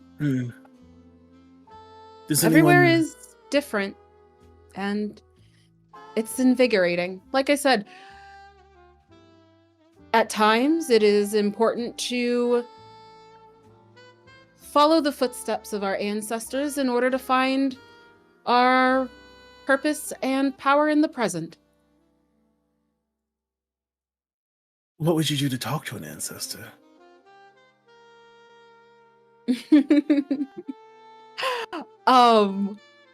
Well, I mean, I guess that depends on how you mean. There's quite a many ways to talk to an ancestor. You can simply meditate and pray. I have seen amazing ceremonies around the world. There are altars, there are abilities, there are a variety of different people, there are traversing potentially planes of existence. I feel as though the limit is only our minds. There are also the rites and rituals of the blood. Forgive me, Dominique. A very frail, emaciated hand reaches out to you from this 5-foot woman. Dark black skin, eyes bright though, and dressed kind of like she's still in the 1920s. You know, in a suit, a nice proper suit, with rows and rows and rows and rows of pearls. Her hair is still done up in tight little waves. Very nice. I know this person. Have you been around? You know what? Let's have fun with this. Okay. Look, Let's have some fun. I want to take a no, not that. So Too much anal is happening on the chat today. Okay. I think you're looking for an intelligence politics, yes? Actually, in this Or no? case, resolve politics. Because you've lived a long time, fair. so and you've passed Resolve. through many places. Politics. Got It should be- nada in that. Hey, Lamau, same. Add an Here extra we die go. to this, though. You said add an extra die? One How do more, I yeah. tell? Do I just click on regular to do that? Yes. Okay. And roll. 3 successes. From all 3. The Baroness Dominique.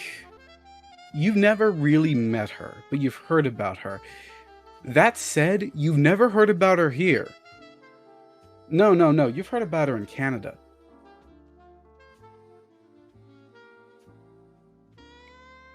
She called herself the Baroness for quite a while, but only because... Pardon.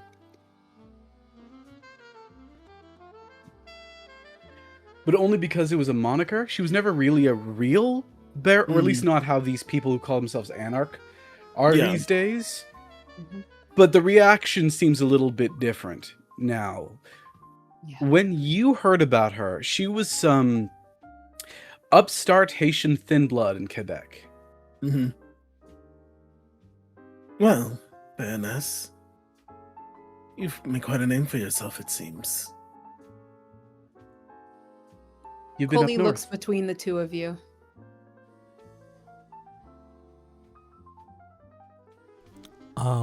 During this tension, I'm not going to approach yet, but can I do a check? Yes. You can I would- always do a check. I would like to see if Coley is mortal, and if there's someone's vessel, using my vessel Okay. recognition. Okay. That's what I'm on. So I Coley do specifically, right? yes. Yeah. I do a resolve ahead. and awareness. Uh-huh. Awareness is 1, and my resolve. I do reset that. Okay. It's not a lot of dice, but let's see. Actually, let me rouse the blood. Yep. You can blood buff. I get hungrier. Okay. That gives you 2, I believe. Yes.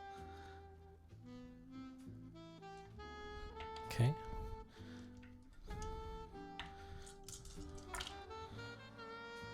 Uh, 5 successes. Critical. This is an older kindred. But okay, so here's the weird part about vessel recognition. Mm-hmm. It doesn't necessarily. It's particularly blood doll. Okay. Yeah. Mm-hmm. She's not immortal, so you can't Yeah. really gain a sense for her, but you did get a critical. Actually, yeah, with a crit. This person breaks your brain a little bit.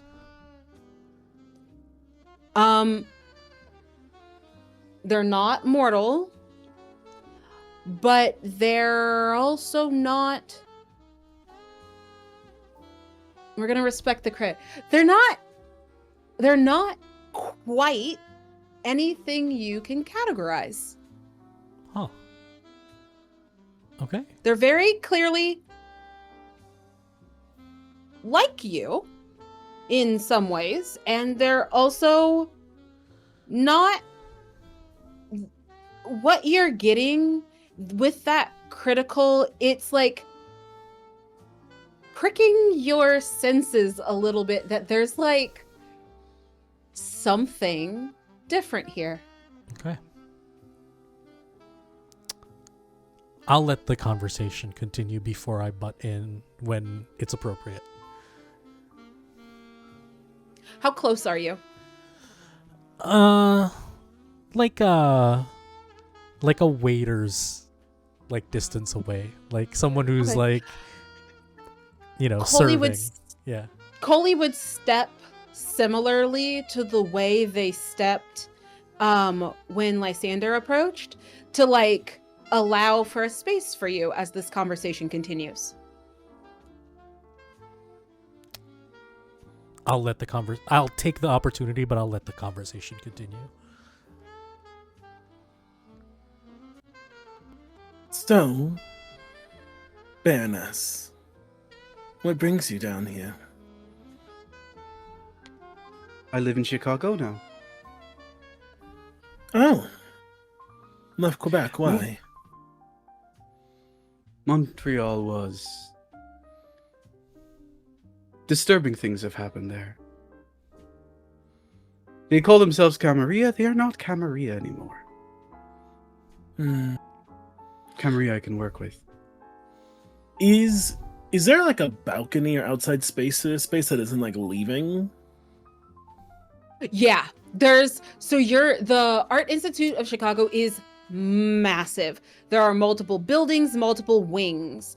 Okay. This particular area where you all are, you would be able to go out one of the side doors in this room, and just like a little ways down the hall, there would be like a garden with a small reflecting pool. Would you care to join me on a walk, Baroness? I would love to. What about you, friend? Would you care to join us? Well, I don't want to intrude. I was just here to say my greetings to Even was it to Dr. Murphy over here. But I appreciate the invite.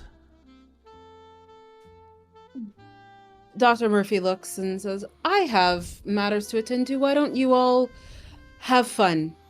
I do believe that the Prince and I have business, and it is almost my appointment time. Well then, us four. She looks towards Coley. She looks towards you, Asher. And then she looks towards Lysander. Anyone who wants to can roll me insight if they wish. Wits insight. Anyone you say. Yeah, anyone or like anyone in the convo. If you're in the vicinity, if you think you're around, you're around. Yeah. This is Elysium. If you want to be around, you can be around. Get around, No, around. I In haven't heard of it. I transit, wouldn't be maybe, there. but yeah. I wouldn't be there. I'd be walking by haven't- at best. I have another call. I got 2 success. Same. Okay, 2 3 for me. Same. 3 for you. We're gonna hold for a split second.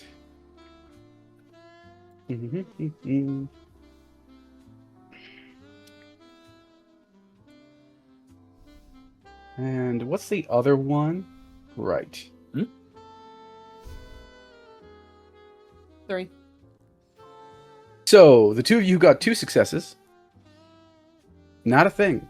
She is exactly who she says she is. Although, Asher, you don't know this woman. You've heard about someone called the Baroness, and something about it itches at the back of your brain. It's familiar. But you don't know this woman. What you do know is that clearly she is in quite a large amount of control of herself. She seems very comfortable. Sunday. Speaker Sunday.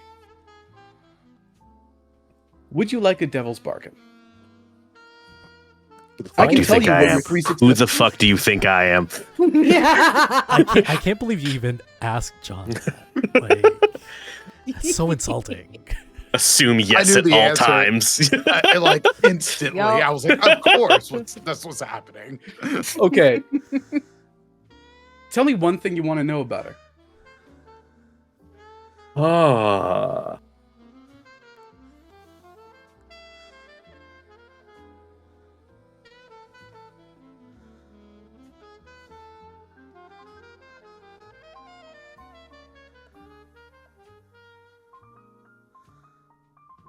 Would she taste different than I have already had? Well, that depends upon what you've already had. I Yeah. think. Yeah. Okay.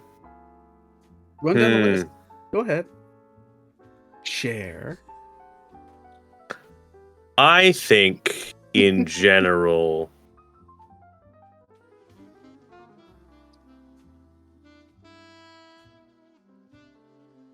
You know what? I'll have red Kitty- wine and a I'll- barrel of whiskey. Let's put it that way. Okay. Here's what I will say. She would taste twice. Interesting. Okay.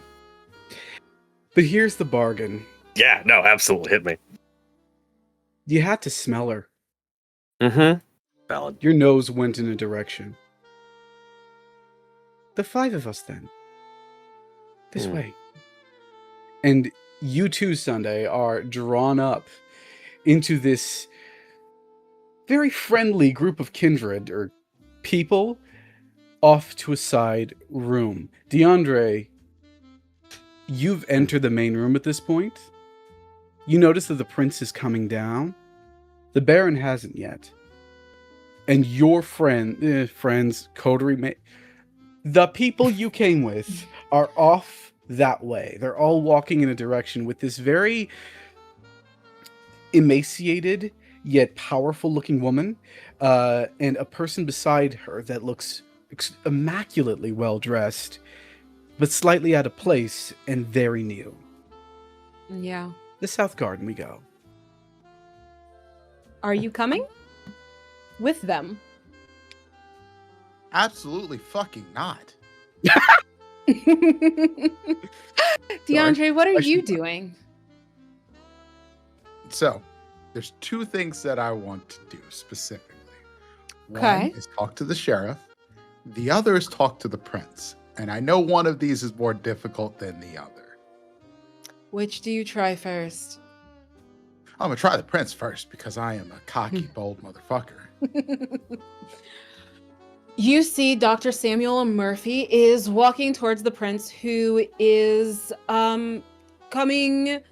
who came down instead of from the room you all met, is actually coming down a set of stairs and going to one of the statues to get a drink. You have moments to try and intercept before Dr. Murphy gets there. Then I'm going. I have long strides. I'm 6'8". Okay.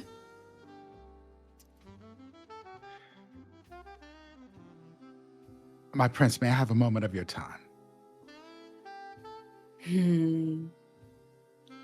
Mr. Lord, bold.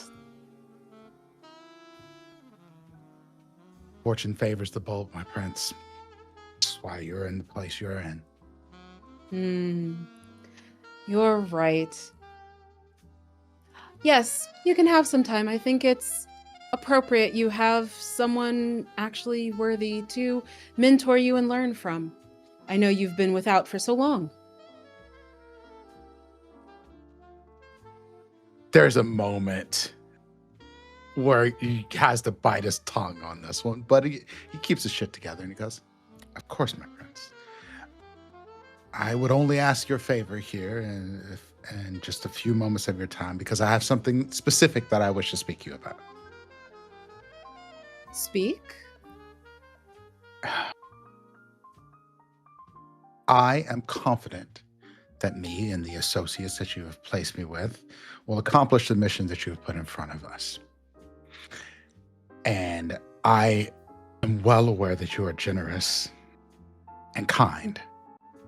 And I believe that if I would not ask the thing that I'm about to ask for you, then I would forever regret it. Should me and my coterie accomplish the thing that you ask us for, that you would make me your seneschal, your right hand. I know this is bold, and there are others that you may consider more deserving. But the rest of the Ventrue have abdicated in their responsibilities to the Camarilla, and I remain here beside you. All right, no, pause. Prince, do you really want Seneschal? Do you actually want Seneschal? No, I want to be Prince. Hey, Norton Ali, shut the fuck up and let me eat my dinner. No, I'm asking for charisma subterfuge. If you're down, Yeah. I feel like this is a subterfuge role. No, honestly. So, for the moment, this is the thing he wants. Yeah, This isn't a lie. I'll put it like that. It's not a lie. Oh yeah, no, don't worry. The roll comes in a minute. Mhm. She smiles. She puts down her glass and she turns fully towards you, smiling warmly at you. I see. I would expect no less, actually. I'm surprised it took you this long to ask, actually. I thought you would do it in the office, but... I felt like it would potentially be inappropriate in that situation. If, Mr. Lord, I were to entertain this, I may need some assurances. Such as?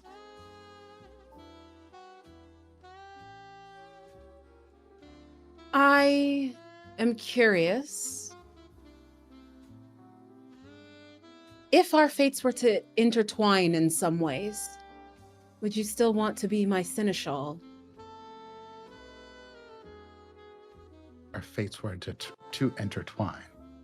Yes. I'm not sure I understand the question, my prince.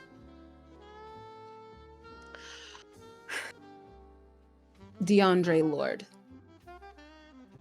you and I both know the Clan of Kings doesn't like playing second fiddle. You have many things, and you lack for many things. But one thing you don't lack for is the absolute audacity. So,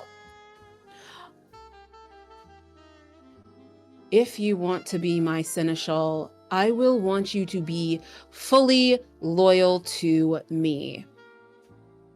If that is not something you think you could do, I would suggest you use your time on this mission to think of something else to ask me.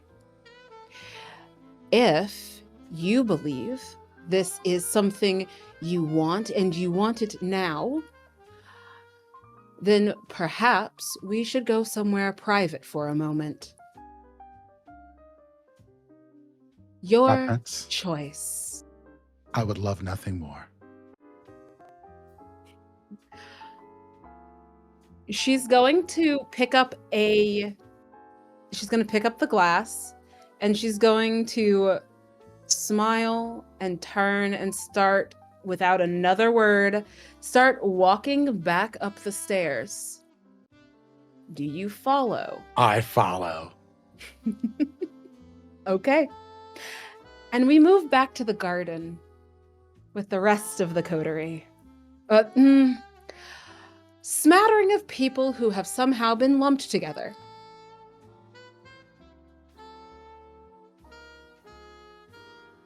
Hey, look, DeAndre called it a coterie. I think they're a coterie now. Declared by one of the players. The coterie In the most begins. sarcastic tone possible. Coterie derogatory. 100%. 100%.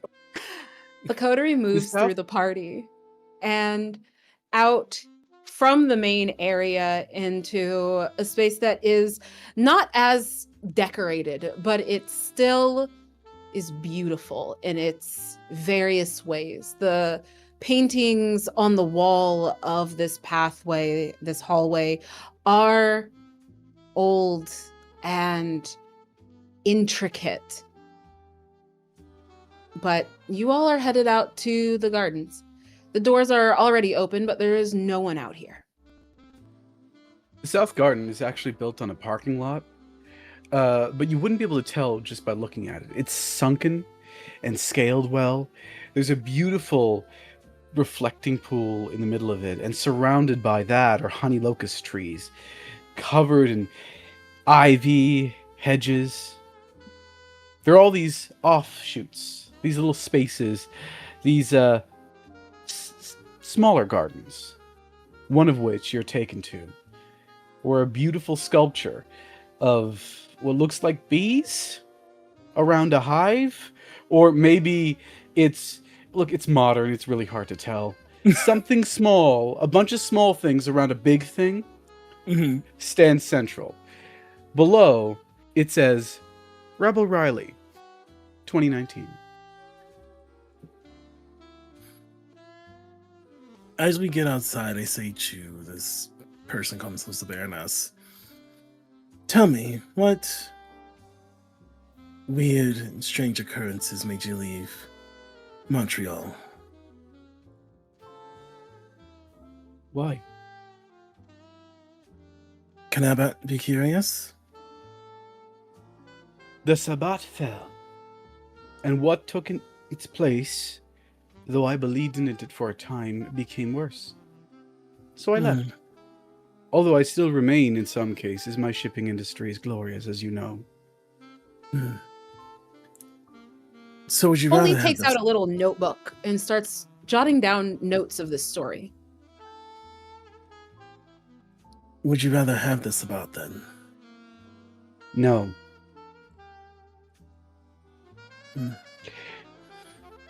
There is a level it does not take an insight check. You had 2 points. If you had 1 success, you could see it. The word Sabbat elicits an anger out of her. Unlike many you've seen. Nope, that's not true. You've seen this anger before.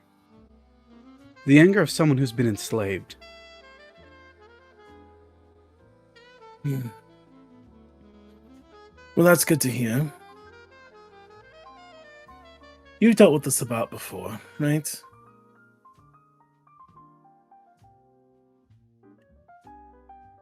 Yes. What do you make of this, Red River? It is clearly an act of the Sabbat. But the churches all across North America, they work differently. Montreal has fallen. Montreal is empty. It is not like them. They would not do something this obscene and obvious without celebrating in the streets, and they are clearly not. The Sabbat are clearly unhinged. Word has gotten up to us that the Camarilla has fallen in New York. That would not surprise me. The Camarilla, the Anarch. The Sabbat is eternal. It is our id made manifest. The war against it will never end, and so long as we keep on expecting it to, they shall continue to succeed. Well, I think expecting it could prevent it, don't you think? Perhaps. Is that why? You, Asher, you are not one of the Anarch. I've been a part of both. And you, Speaker Sunday, you are not one of the Camarilla. Is it that obvious? No, it's just that we barons talk amongst ourselves. Do tell, what do you know? Nothing. About this? About us? Mirza's tight-lipped. I know what is obvious to me, even though it's not obvious to some, because I have been through this before. I know what a Sabbat incursion looks like, even if I do not know what the purpose of this one is. So I know you have been drawn together to figure out why.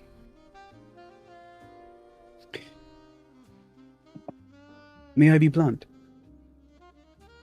Please. Yes, please. All across North America, Mexico City, Montreal, the Sabbat have left. There's a few holdings, and of course the incursion into New York, but always because they want something, and it is not a city. Figure out what they want. Coley? That is your name, right? Yes. Sorry. Continue. You said something. I said they're thieves. That they are. That Because they deep are. down we are too. They want things that don't belong to them. But Well, we can't have that. What the Sabbat are reflections of ourselves, parasitical ones. So you care about land or purpose or family or loved ones. They care about what you care about deeper than that. Power, hunger, fear, animalistic. Well, they have their churches. And so many words. But they're just animals. Animals could be friendly or dangerous. Not these kind. These animals need to be put down.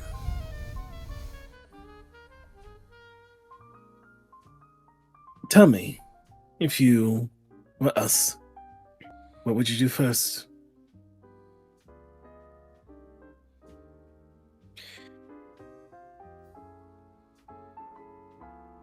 Look for thefts. They have a grand plan. That will take resources. And they have no resources left here in Chicago that I know of. True. Well, So, what have they stolen already, and what do they seek to steal next?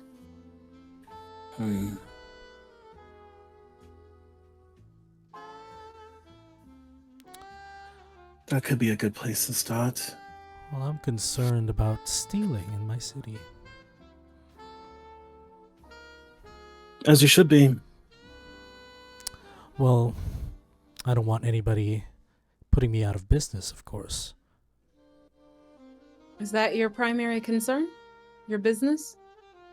Well, my business serves a lot of powerful people, but also serves the right people. Who are the right people? Well, the people who deserve the item that is being stolen. How do you decide? What's deserving? Who's deserving? Well, where was it stolen from?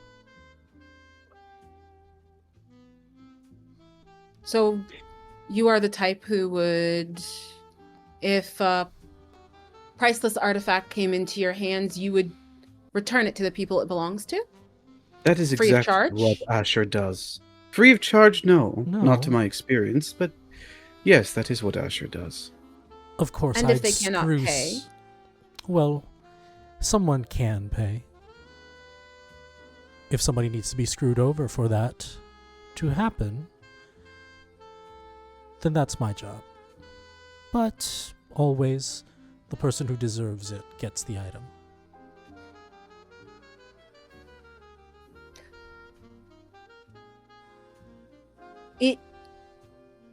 It is obvious without being rude, but Coley is now very clearly scrutinizing you now. Holy, what do you make of all this? Have you dealt with the Sabbat?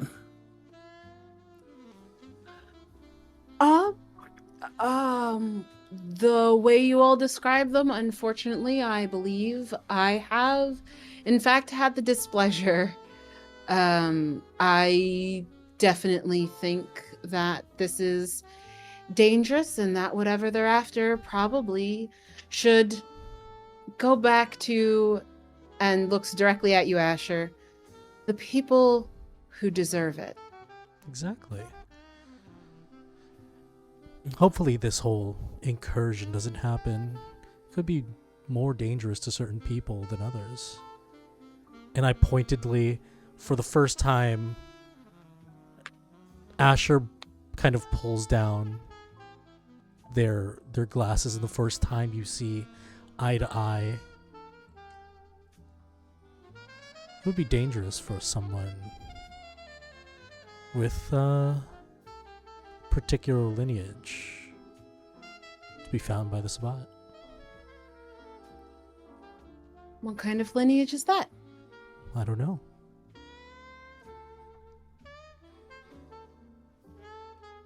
Now, Asher, I believe you are being rude. Oh, I'm sorry. It's been a night. I don't mean to be rude. You seem quite different, Miss Coley, correct? No, miss. You can just call me Coley. Coley. I apologize. But I am new and not from here, so I guess for many that would be considered different. Yeah. Maybe that's it. Maybe.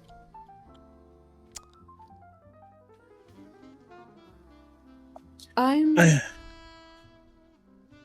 how long, going to retire for the night, actually. Coley? Yes. How long do you plan to be in town? A while. I've been given permission to stay, and I feel like my business might keep me here for a bit. So I'll be around. I believe I would like to perhaps talk with you all again. Well, that's good, because I was going to ask if I might see you again.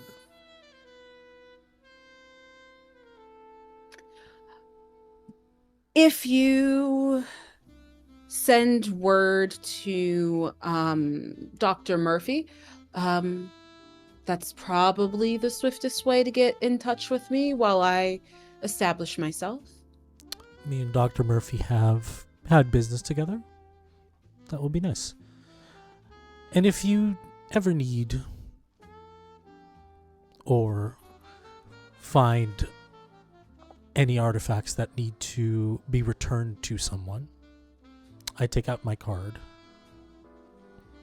and I hand it politely.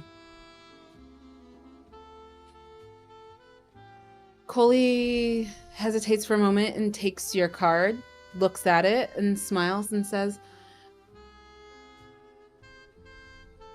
I appreciate your efforts. And if you happen to find anything that you need assistance in locating to whom it belongs, I'm more than happy to help with that. That would be fantastic. Thank you for your time, Coley. I'll find you again soon and we can talk about the ancestors more. Yes. It's been a interesting evening. I appreciate you all for being quite good conversational partners, actually. I hope to talk to you all soon. Good night. If I may be so bold, if there's a conversation about ancestors to be had, I'd be thrilled to take part. Of course, Baroness. Good. I'd only It's a want promise, to be then. on your good side, seeing as your business might coincide with mine.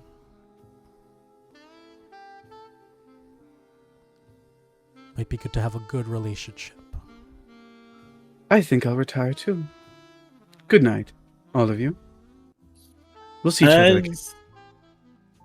As she starts to leave, I want to catch her like in that like space where she's like not in our group, but she's not inside.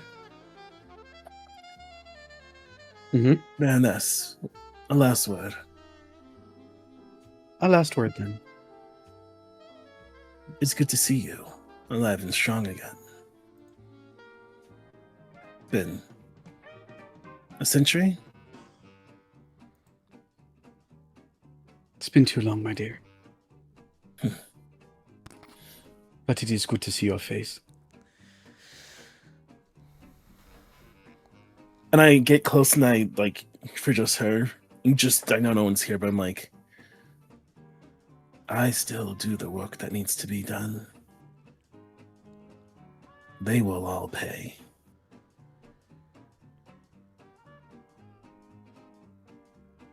Your ancestors are watching. Do them proud. I always do. She doesn't make a sound. Her footsteps don't make a sound. She doesn't breathe, of course. And as she walks into the night, she almost vanishes. The office upstairs is smaller but plusher. Couches, lounge chair, table. As you follow the prince in,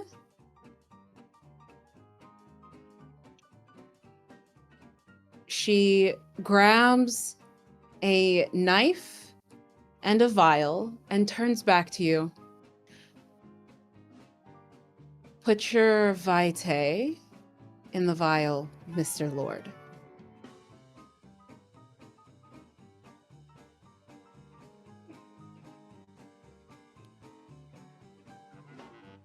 Oblige. You hand it back? Yeah. She takes it back and she says, "You can go."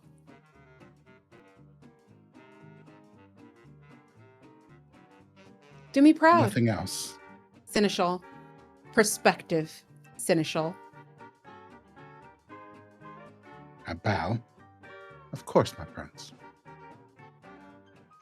As you open the door, well, you don't even have to open the door. The door wasn't shut. Dr. Samuel Murphy is standing outside the door, off to the side, giving you all a moment. It does not take a roll to know what she's doing with that vial. He looks at you. Mr. Lord, have a good night. And he walks in and closes the door.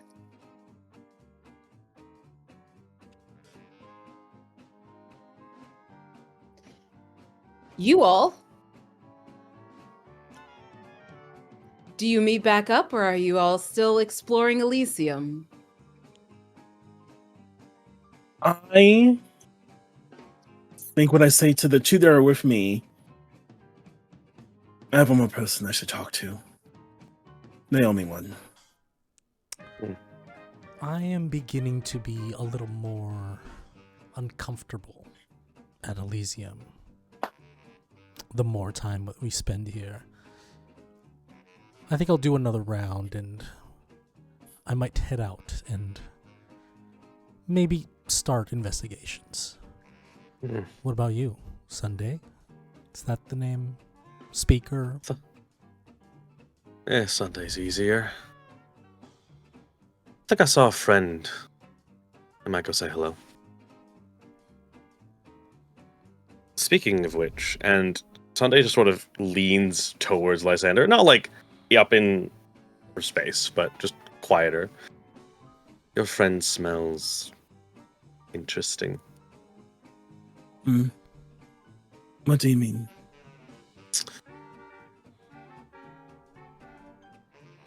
Two very distinct flavors, I think. Furrows brow. You're a strange one, Sunday, aren't you? So they say. And Sunday smiles and just walks back into Elysium. I go back in as well. I am looking for Cecilia Gaines. Okay. Sicily Gaines. Okay. Sicily. Cicely.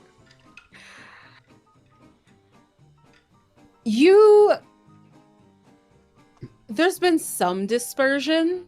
Mhm. And so it's not hard to see who's kind of around, but it does take a moment because there are these alcoves, almost like semi-private rooms created by the roses and the trellises in the space. And Sicily is in one of those currently. I go and I just sit down.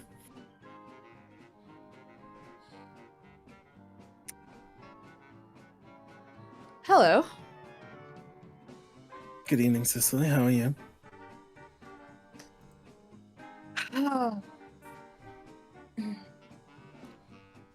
I'm as comfortable as I can be in one of these spaces, I suppose.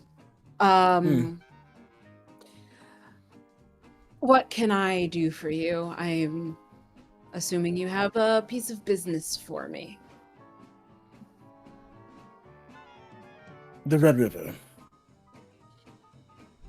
Whew. Okay. Yeah. Yeah. What have you heard? Same as everybody else, I suppose. Obviously, the shipping and the shipping and tourism folks of my board are having a fit and want it dealt with swiftly, but of course getting an audience with the prince is difficult when you're considered to have abdicated. If you're gonna play these games here, you should play them well. I'm playing them just fine. The rest of my board was hasty in their decision and now have put us at a disadvantage, but there are still some of us trying to fix the order of the city so that we can be where we belong. Let's say I try and help you with that. Your audience. Oh, I don't need an audience right now, but Not right now. okay. Just eventually. Talk business to me. What are you offering? And what are you wanting? I will try and talk with the prince for you. Okay. What I need is every person with deep fat pockets in this city has their eyes or hands on something valuable. I need to know what's been stolen recently. Okay, I can ask around.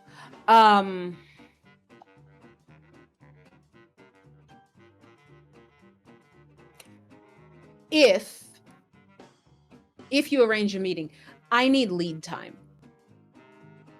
How much? If I'm getting us, I need minimum a week to get things to a point where I can maybe see about getting the board to reintegrate into the city as though they have any sense left. Okay. Better if it's a month. Better if it's a month. So you need your audience to happen roughly a month or so from now. That'd be brilliant if I knew it was happening. Yeah. And I will figure out who's embarrassed to say they're missing something. Lovely. And if you can't do that, I will also if you want to do it scot-free, we can downgrade the arrangement we have. I'm not interested in that right now. So I'll try and get this done for you. If you change your mind, let me know. Otherwise, I am, of course, in your debt. I think, Lysander, if Cecile allows, I like cup her chin. You have such a beautiful face.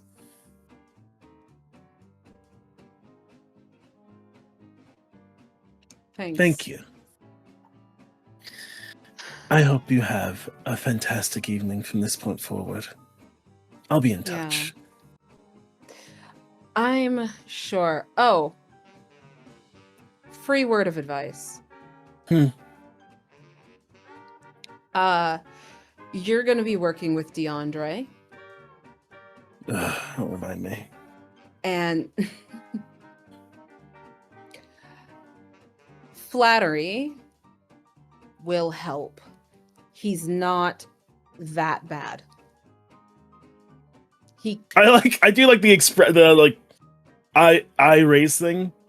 Have you talked to him for longer than ever? We are quite close. We share a goal. Oh. He's good at throwing parties and knowing people. So Do me a just favor. play nice. What? Can you get better at that than him, please?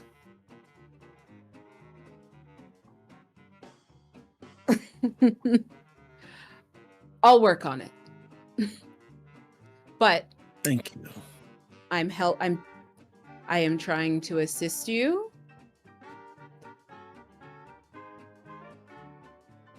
It's worth it to just humor the man. I think you and I have a very different understanding of the word humor. Okay. Fair enough. I tried. I will try to get you that meeting in 1 month or more from now. You'll give me Okay. my list, Yes. and our previous arrangement will continue. Okay. Listen, you like me. Stop trying to get rid of me. I like you. I don't like being in debt. Well, that must be difficult with someone with so much power in their world. Yeah. You think? So, if you would like to just call it in and we can get rid of that, then I could genuinely like you and being around you so much more. I get into her bubble. Like, up against her face. My dear, if I ever call on that debt, you can assume I am on the door of my final death. She leans in closer to you so that she's leaning against you as well and just says, that would be a shame, and just kisses you lightly and then leans back and kind of crosses her arms. I guess no debt removal tonight, but like I said, DeAndre's not so bad. Give it a try. I'll see you around. I am sure you will. And then I get up from the little alcove and leave. As you do, you see the how best to put it, the whitest man walk past you towards her. Jesus. I look back and I look at her and I make a face like, girl. She you make that face, and she just smiles real big, shrugs and mouths business. Say to myself, everybody has to eat, and I exit scene. DeAndre, is Sunday. there anything else you're doing? Oh, sorry. That's okay. DeAndre, is there anything else you are doing here at Elysium? I want to speak with the sheriff because the sheriff would have Yeah. probably the next most insight into the situation. Okay. The sheriff, Professor Kavita, is predictably talking with the hounds.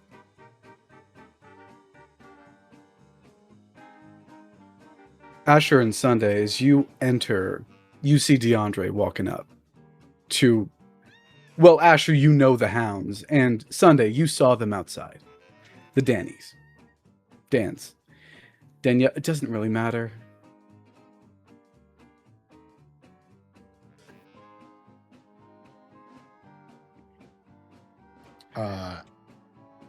Is he always Sheriff like says, this? To be honest, I try to avoid him, but you know, sometimes our paths crossed, and it's easier when you just play along with what he wants. That Placate sounds him. difficult. He seems to want a lot. Because he wants a lot, I don't think he's gonna notice if you don't. You know. Fair. Sometimes he'll forget that you owe him something.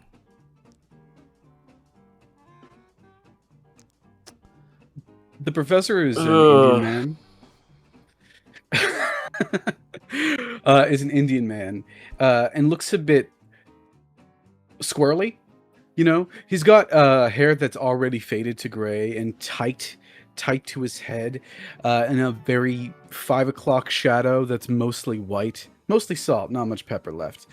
He looks a bit older than the average Kindred tends to be, as if he stopped older. In fact, you've been to a university. You've seen professors before. Yeah. He looks like any single professor that you could find from Mumbai to Harvard.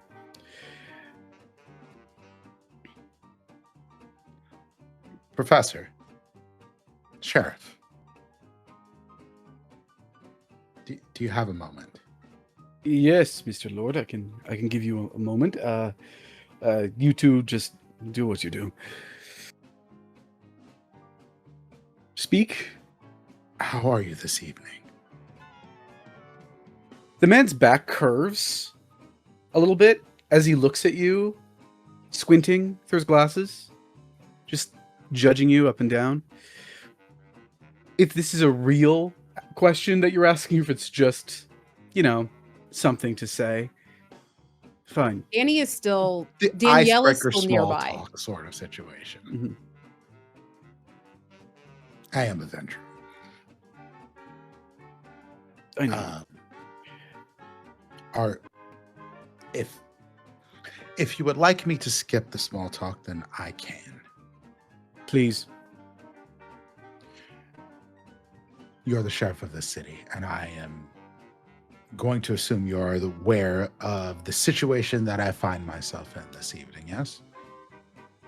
Yes. Great. Have you dealt with rivers flowing with blood before?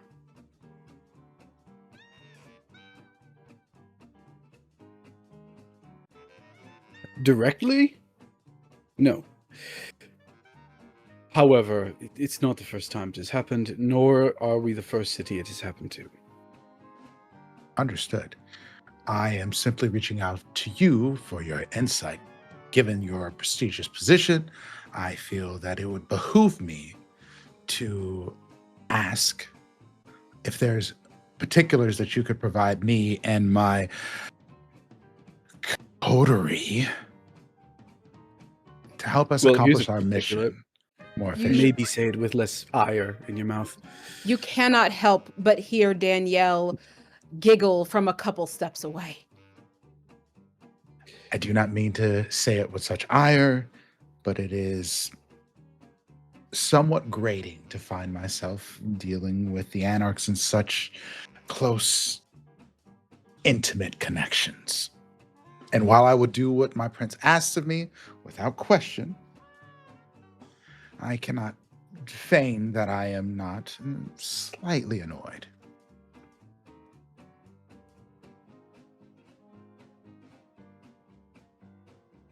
I understand your ire, but still, hold it close to your chest. What particulars are you looking for? I have yet to find myself in a fight with others of our ilk. Physically, I find myself capable, but not particularly experienced. Perhaps you could find some time in the future to provide one of the Dans or yourself to give me some instruction. I'll do it. No, stop it. We could meet at noon. It'd be fun. Have you ever had any interactions with the Sabbat before? I have not. I know of them, but I have not interacted with them.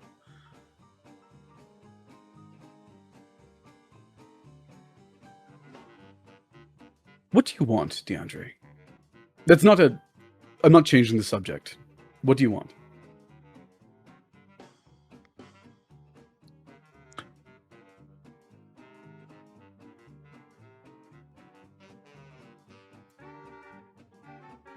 I want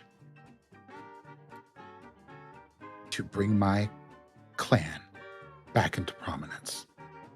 Oh, that's a hard one to compare to. Say you want a puppy. That is a different comparison, but sure. You want a puppy. You take how long to get this puppy? You do your research, you investigate, you look at shelters or whatever people do for puppies these days. I don't like the creatures. They shake. You look around for a puppy, you do your research, you buy a cage, etc. The Sabbat don't do that. They skip steps. They need things. They don't care about clan or culture or civilization. They care about what they want. Single-minded. Mindless, really. Can't trust them. There's a difference between single-mindedness and mindlessness, if I'm not mistaken. You're correct. It depends upon the kind of Sabbat you meet. There are multiple, although the differences between them in practicality barely matter. There are some who lead and those who follow.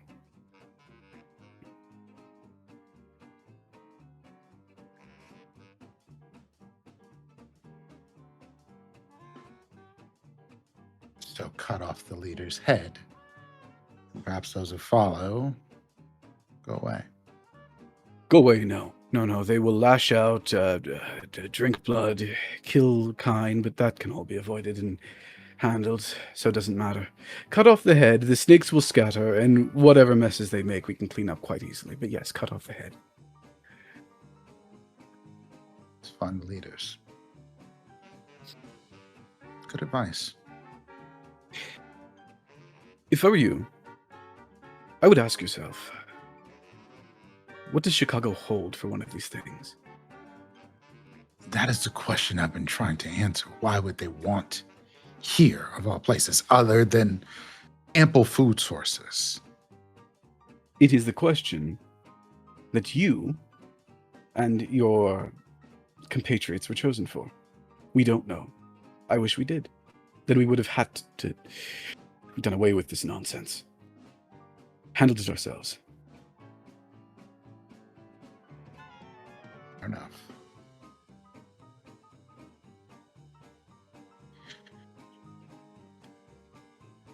Sheriff, Yes. do you think there is particular reasons that we have been paired with the Anarchs? Like particular skill sets, or there's something that you or our prince might know about my compatriots that would be insightful for me? The Baron, sorry, he doesn't like that name, title. Mirza chose them himself. Interesting. You were chosen by the prince. The rest of us had no say in it. And had you had a say, would that have been different?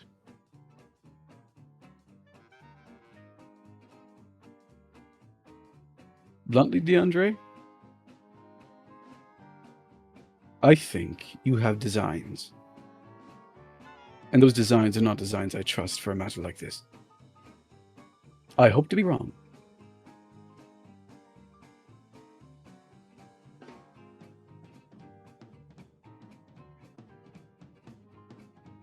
My sheriff, I Mr. live Lord. to serve. See that you do. Oh, one more thing. Yes. I understand this whole arrangement said something about reporting to Mirza. Yes. Don't be fooled by our similar complexions. We are quite different people. You can't trust him like that. The prince is too fond of him. Feel free to take any information you may have to him, and also to me.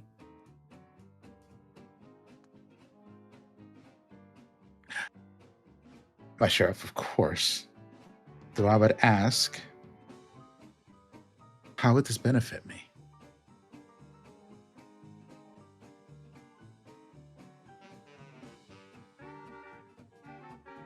What did the Sabbat really do to you? They did something.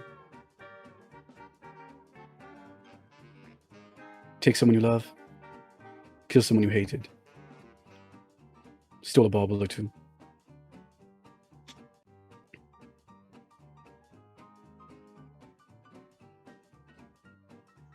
I believe things are getting a bit personal, my sheriff. That is what's in it for you. If you have a personal problem that needs solving, come to me.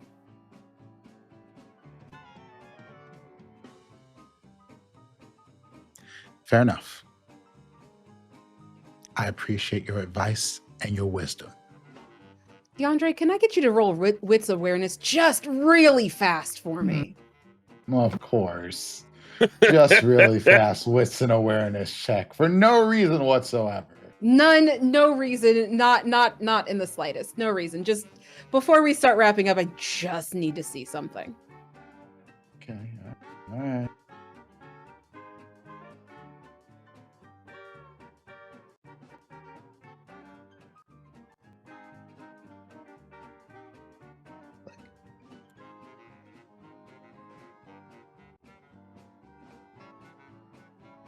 Two successes.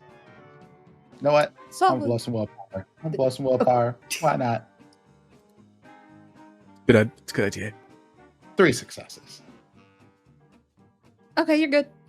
Don't worry about it.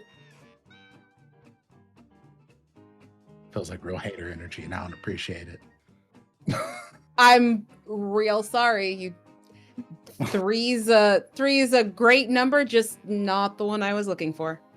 Okay. All right. Elysium starts to wrap up, slow down. It's getting late and people have shit to do. You all definitely have shit that you are now very, very responsible.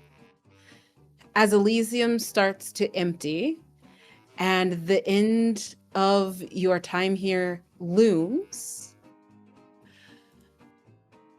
do you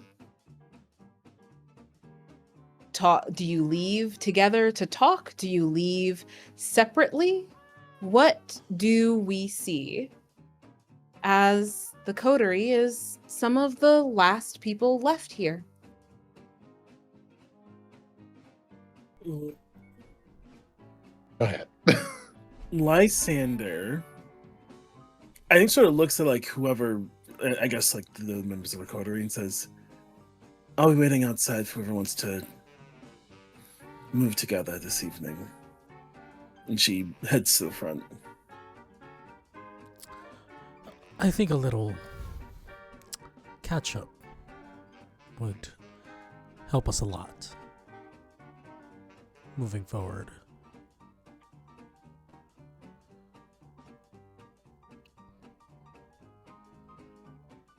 Sunday, you feel a little brush past you. There's keys in your pocket. You now have a Jeep. Now, the night may be drawing to a close here in Elysium.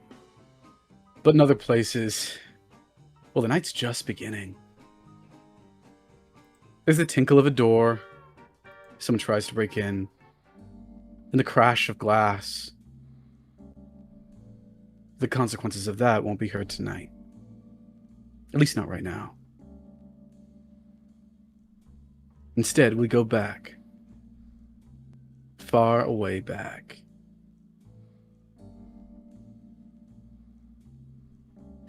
Maddie, what brings you here this time? Howard Daly, an older man, slightly thick-set, in a very fancy suit, stares at the same Madeline, but slightly younger. Prince Daly, I thought we should have a talk. The city can't continue like this. It is chaos in the streets. You are doing nothing to stop this Sabbat incursion. The Sabbat incursion. Okay. Sure. That's what you really care about, huh? Of course it's what I care about. This What is city it- is what I care about. What is it with you people? Never able to speak straight, huh? Speak You straight. people? What do you mean, you people? You know what I mean, you people.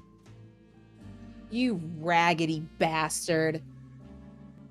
If you don't fix this fucking city, I will burn it and you to the ground to resurrect as something worth fucking while for Chicago. Kindred deserve to have some fucking freedom and to be able to live. Your Chicago is fucking miserable and you fucking like it, you bigoted bastard. Save your speeches for your sideshows, little anarch.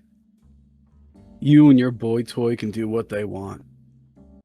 Do not He's speak. mine. Do not speak about him.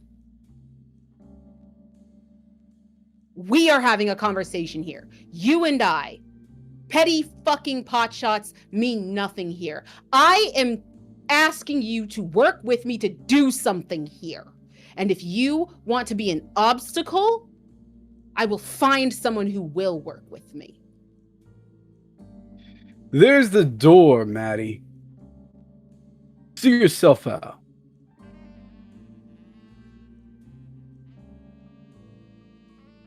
I swear to fucking God, I will fucking kill you before this is over. There's Fuck no you, God, Daly. Madeline. Fuck you, fuck the cam. The door slams shut. But that's the past. And the 70s were quite some time ago. As our coterie walks out into the night, other forces of moving in the present. But that'll be for next time. Yeah. Thank you for joining us. Oh my God! Look, it's a whole episode. We did it. We did it. Oh my gosh. It's the episode, y'all. Alrighty. Okay. I'm So- kind of in shock. Yeah, we did it. We did it. So All everybody, we are going to have everyone go around and introduce themselves, who they're playing.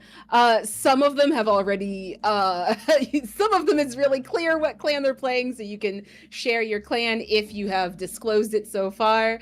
Tell the people where they can find you, what you're doing, besides being back here next week. So let's go. I mean, Cam first. Asher?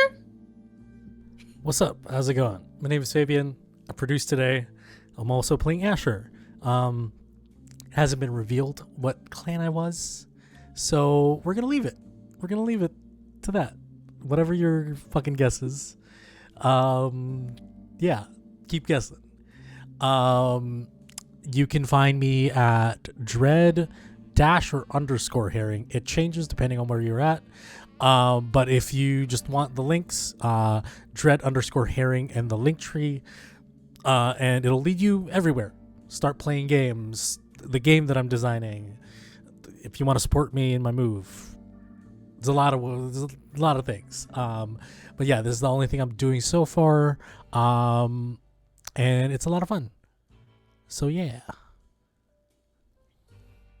And then after the cam, come the better half of the equation, the Anarch. Lysander, Sailor, Scout, Austin. That's me. Hey, what's up, everybody? My name is Austin Taylor, or as in the Sailor Scout Austin. My pronouns are he, they, she. Tonight, I had the joy and honor of playing Lysander, whose pronouns are she, they. Lysander's clan is figure it out at home. I'm not telling you. But if you want to find me, Austin, I can find on the internet. I want to be found on the internet at Sailor Scout, at Sailor SCT Austin. If you find me under a different name, it means I don't want you to find me. Go away. Stop trying. There's only one I want you to find. The rest aren't. Go away. Unless, of course, it's my podcast, Secret Histories and Mysteries. That's Secret Histories and Mysteries anywhere you get your podcasts or on the Max Fun Network. That's me. And our ambitious, bold motherfucker, DeAndre, who gave his blood to the fucking prince and Tremere. Episode 1? You muted. You are muted, my friend. You are muted. Hey, you got to take big shots to get big prizes. Hello, everyone. I am Prince, also known as Dimples and Dice, or Amir Hamza. I am all of those names. You can find me around the internet as Dimples and Dice, he, him. I have been playing DeAndre Lord. If you haven't put it together, I am the best clan, of course, the one clan of kings, the Ventru. And you can find me doing stuff like this. I am a storyteller primarily. You can find me on my channel. We will be coming back for our 3rd season of Vampire the Masquerade Philly by Night, the Monster Within, on July 8th.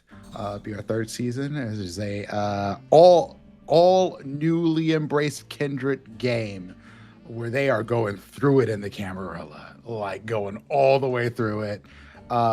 There's been other stuff that I've been in, so do keep an eye on my socials if you want to see all the stuff that I'm up to. I'll be at Gen Con. I'll probably be running games at Gen Con. I will get your details later, but I am also going to be running TTRPG Court. So if you are going to Gen Con, buy tickets, come to my shit. I'm going to be judging your bad TTRPG takes in front of a crowd of people. It's going to be great. So thank you all for joining, and yeah, go on to the next one. Clan of Kings, baby. Coming up last, but definitely not sniffing least, it's Sunday. Wow, that's an intro. Hello, I am John, otherwise known as Ryan Massa. I use any and all pronouns, and I had the absolute delight to be playing Certified Weird Boy Speaker Sunday. You can't find me on the internet very much anymore. by choice. I'm a lot healthier for it, and it's great, honestly. You can occasionally find me on Blue Sky at Rymasa, Ryomasa, where I occasionally post a thing about a thing I'm doing. The other place you can find me is this. I was going to say weekend, but that's tomorrow. Saturday, tomorrow, you can find me over on Transplanter RPG for one of the special releasing that tomorrow evening. What was, which I play a guest and have a really fun time doing that and stabbing knives into people, narratively. Other than that, you can find me here, and that's really it. Nordine? Hey, Cam first. You said it. No, I'll bring up the rear. Mirza can go. Fine. Hey, my name is Nordine Kadir. My pronouns are he, him. Today I played a lot of the NPCs and the entirety of the Anarch faction here in Chicago. I'm one of your co-storytellers today, representing the better sect, the Anarch, all about freedom and other nouns, I guess. And around, you can find me this Sunday doing something very special over on Praxagor Thesmophoria's channel, playing a game of The Witcher where I play my mage, Carrick, who's going through shit. And Thursday, I'll be playing another game of Witcher with a different mage, Gulshan, who's also going through some shit over on Wandering DM's channel. There's going to be more in the next couple weeks, but I can't reveal it right now, so you're just going to have to hold on and wait for me.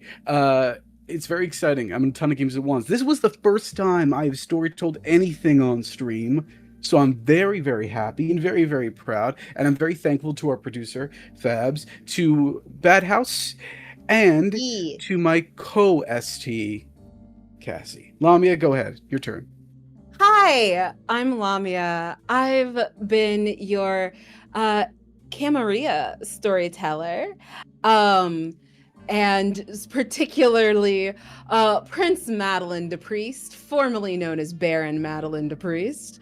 And yeah, so my podcast is coming towards its conclusion. You can find it every other Monday. Woke Mental Wellness, everywhere you pod your casts. Next week is the finale of Red Markets. You can go see me play an actually good person for once over on Find Out Productions, and you can see how that concludes. And then obviously the majority of the Fridays from here through August, I'll be here seeing how quickly I can speed run this coterie to their deaths, or to, becoming part of the cam like everyone should be. Because that's the winning side. So, you will also see me in some other things that'll pop up that I can't talk about yet. Yeah, so none of that's announced yet. So just follow me, Intersections CCH on Blue Sky and Black Sky to find out. And I stream here on Twitch under Mental Lamia. So we will be back next week at the same vampiric time, but sans in Austin. Lysander might have gone off alone, and we'll see how that pans out. But we'll be back next week to see you all. Thank you for visiting us for our premiere of Veils of Chicago. Today's episode for episode 1 is Truce of Roses. And we'll see you all next week. Stay for the raid, please. We're going to raid somebody absolutely fabulous and wonderful, and come back next week. Bye.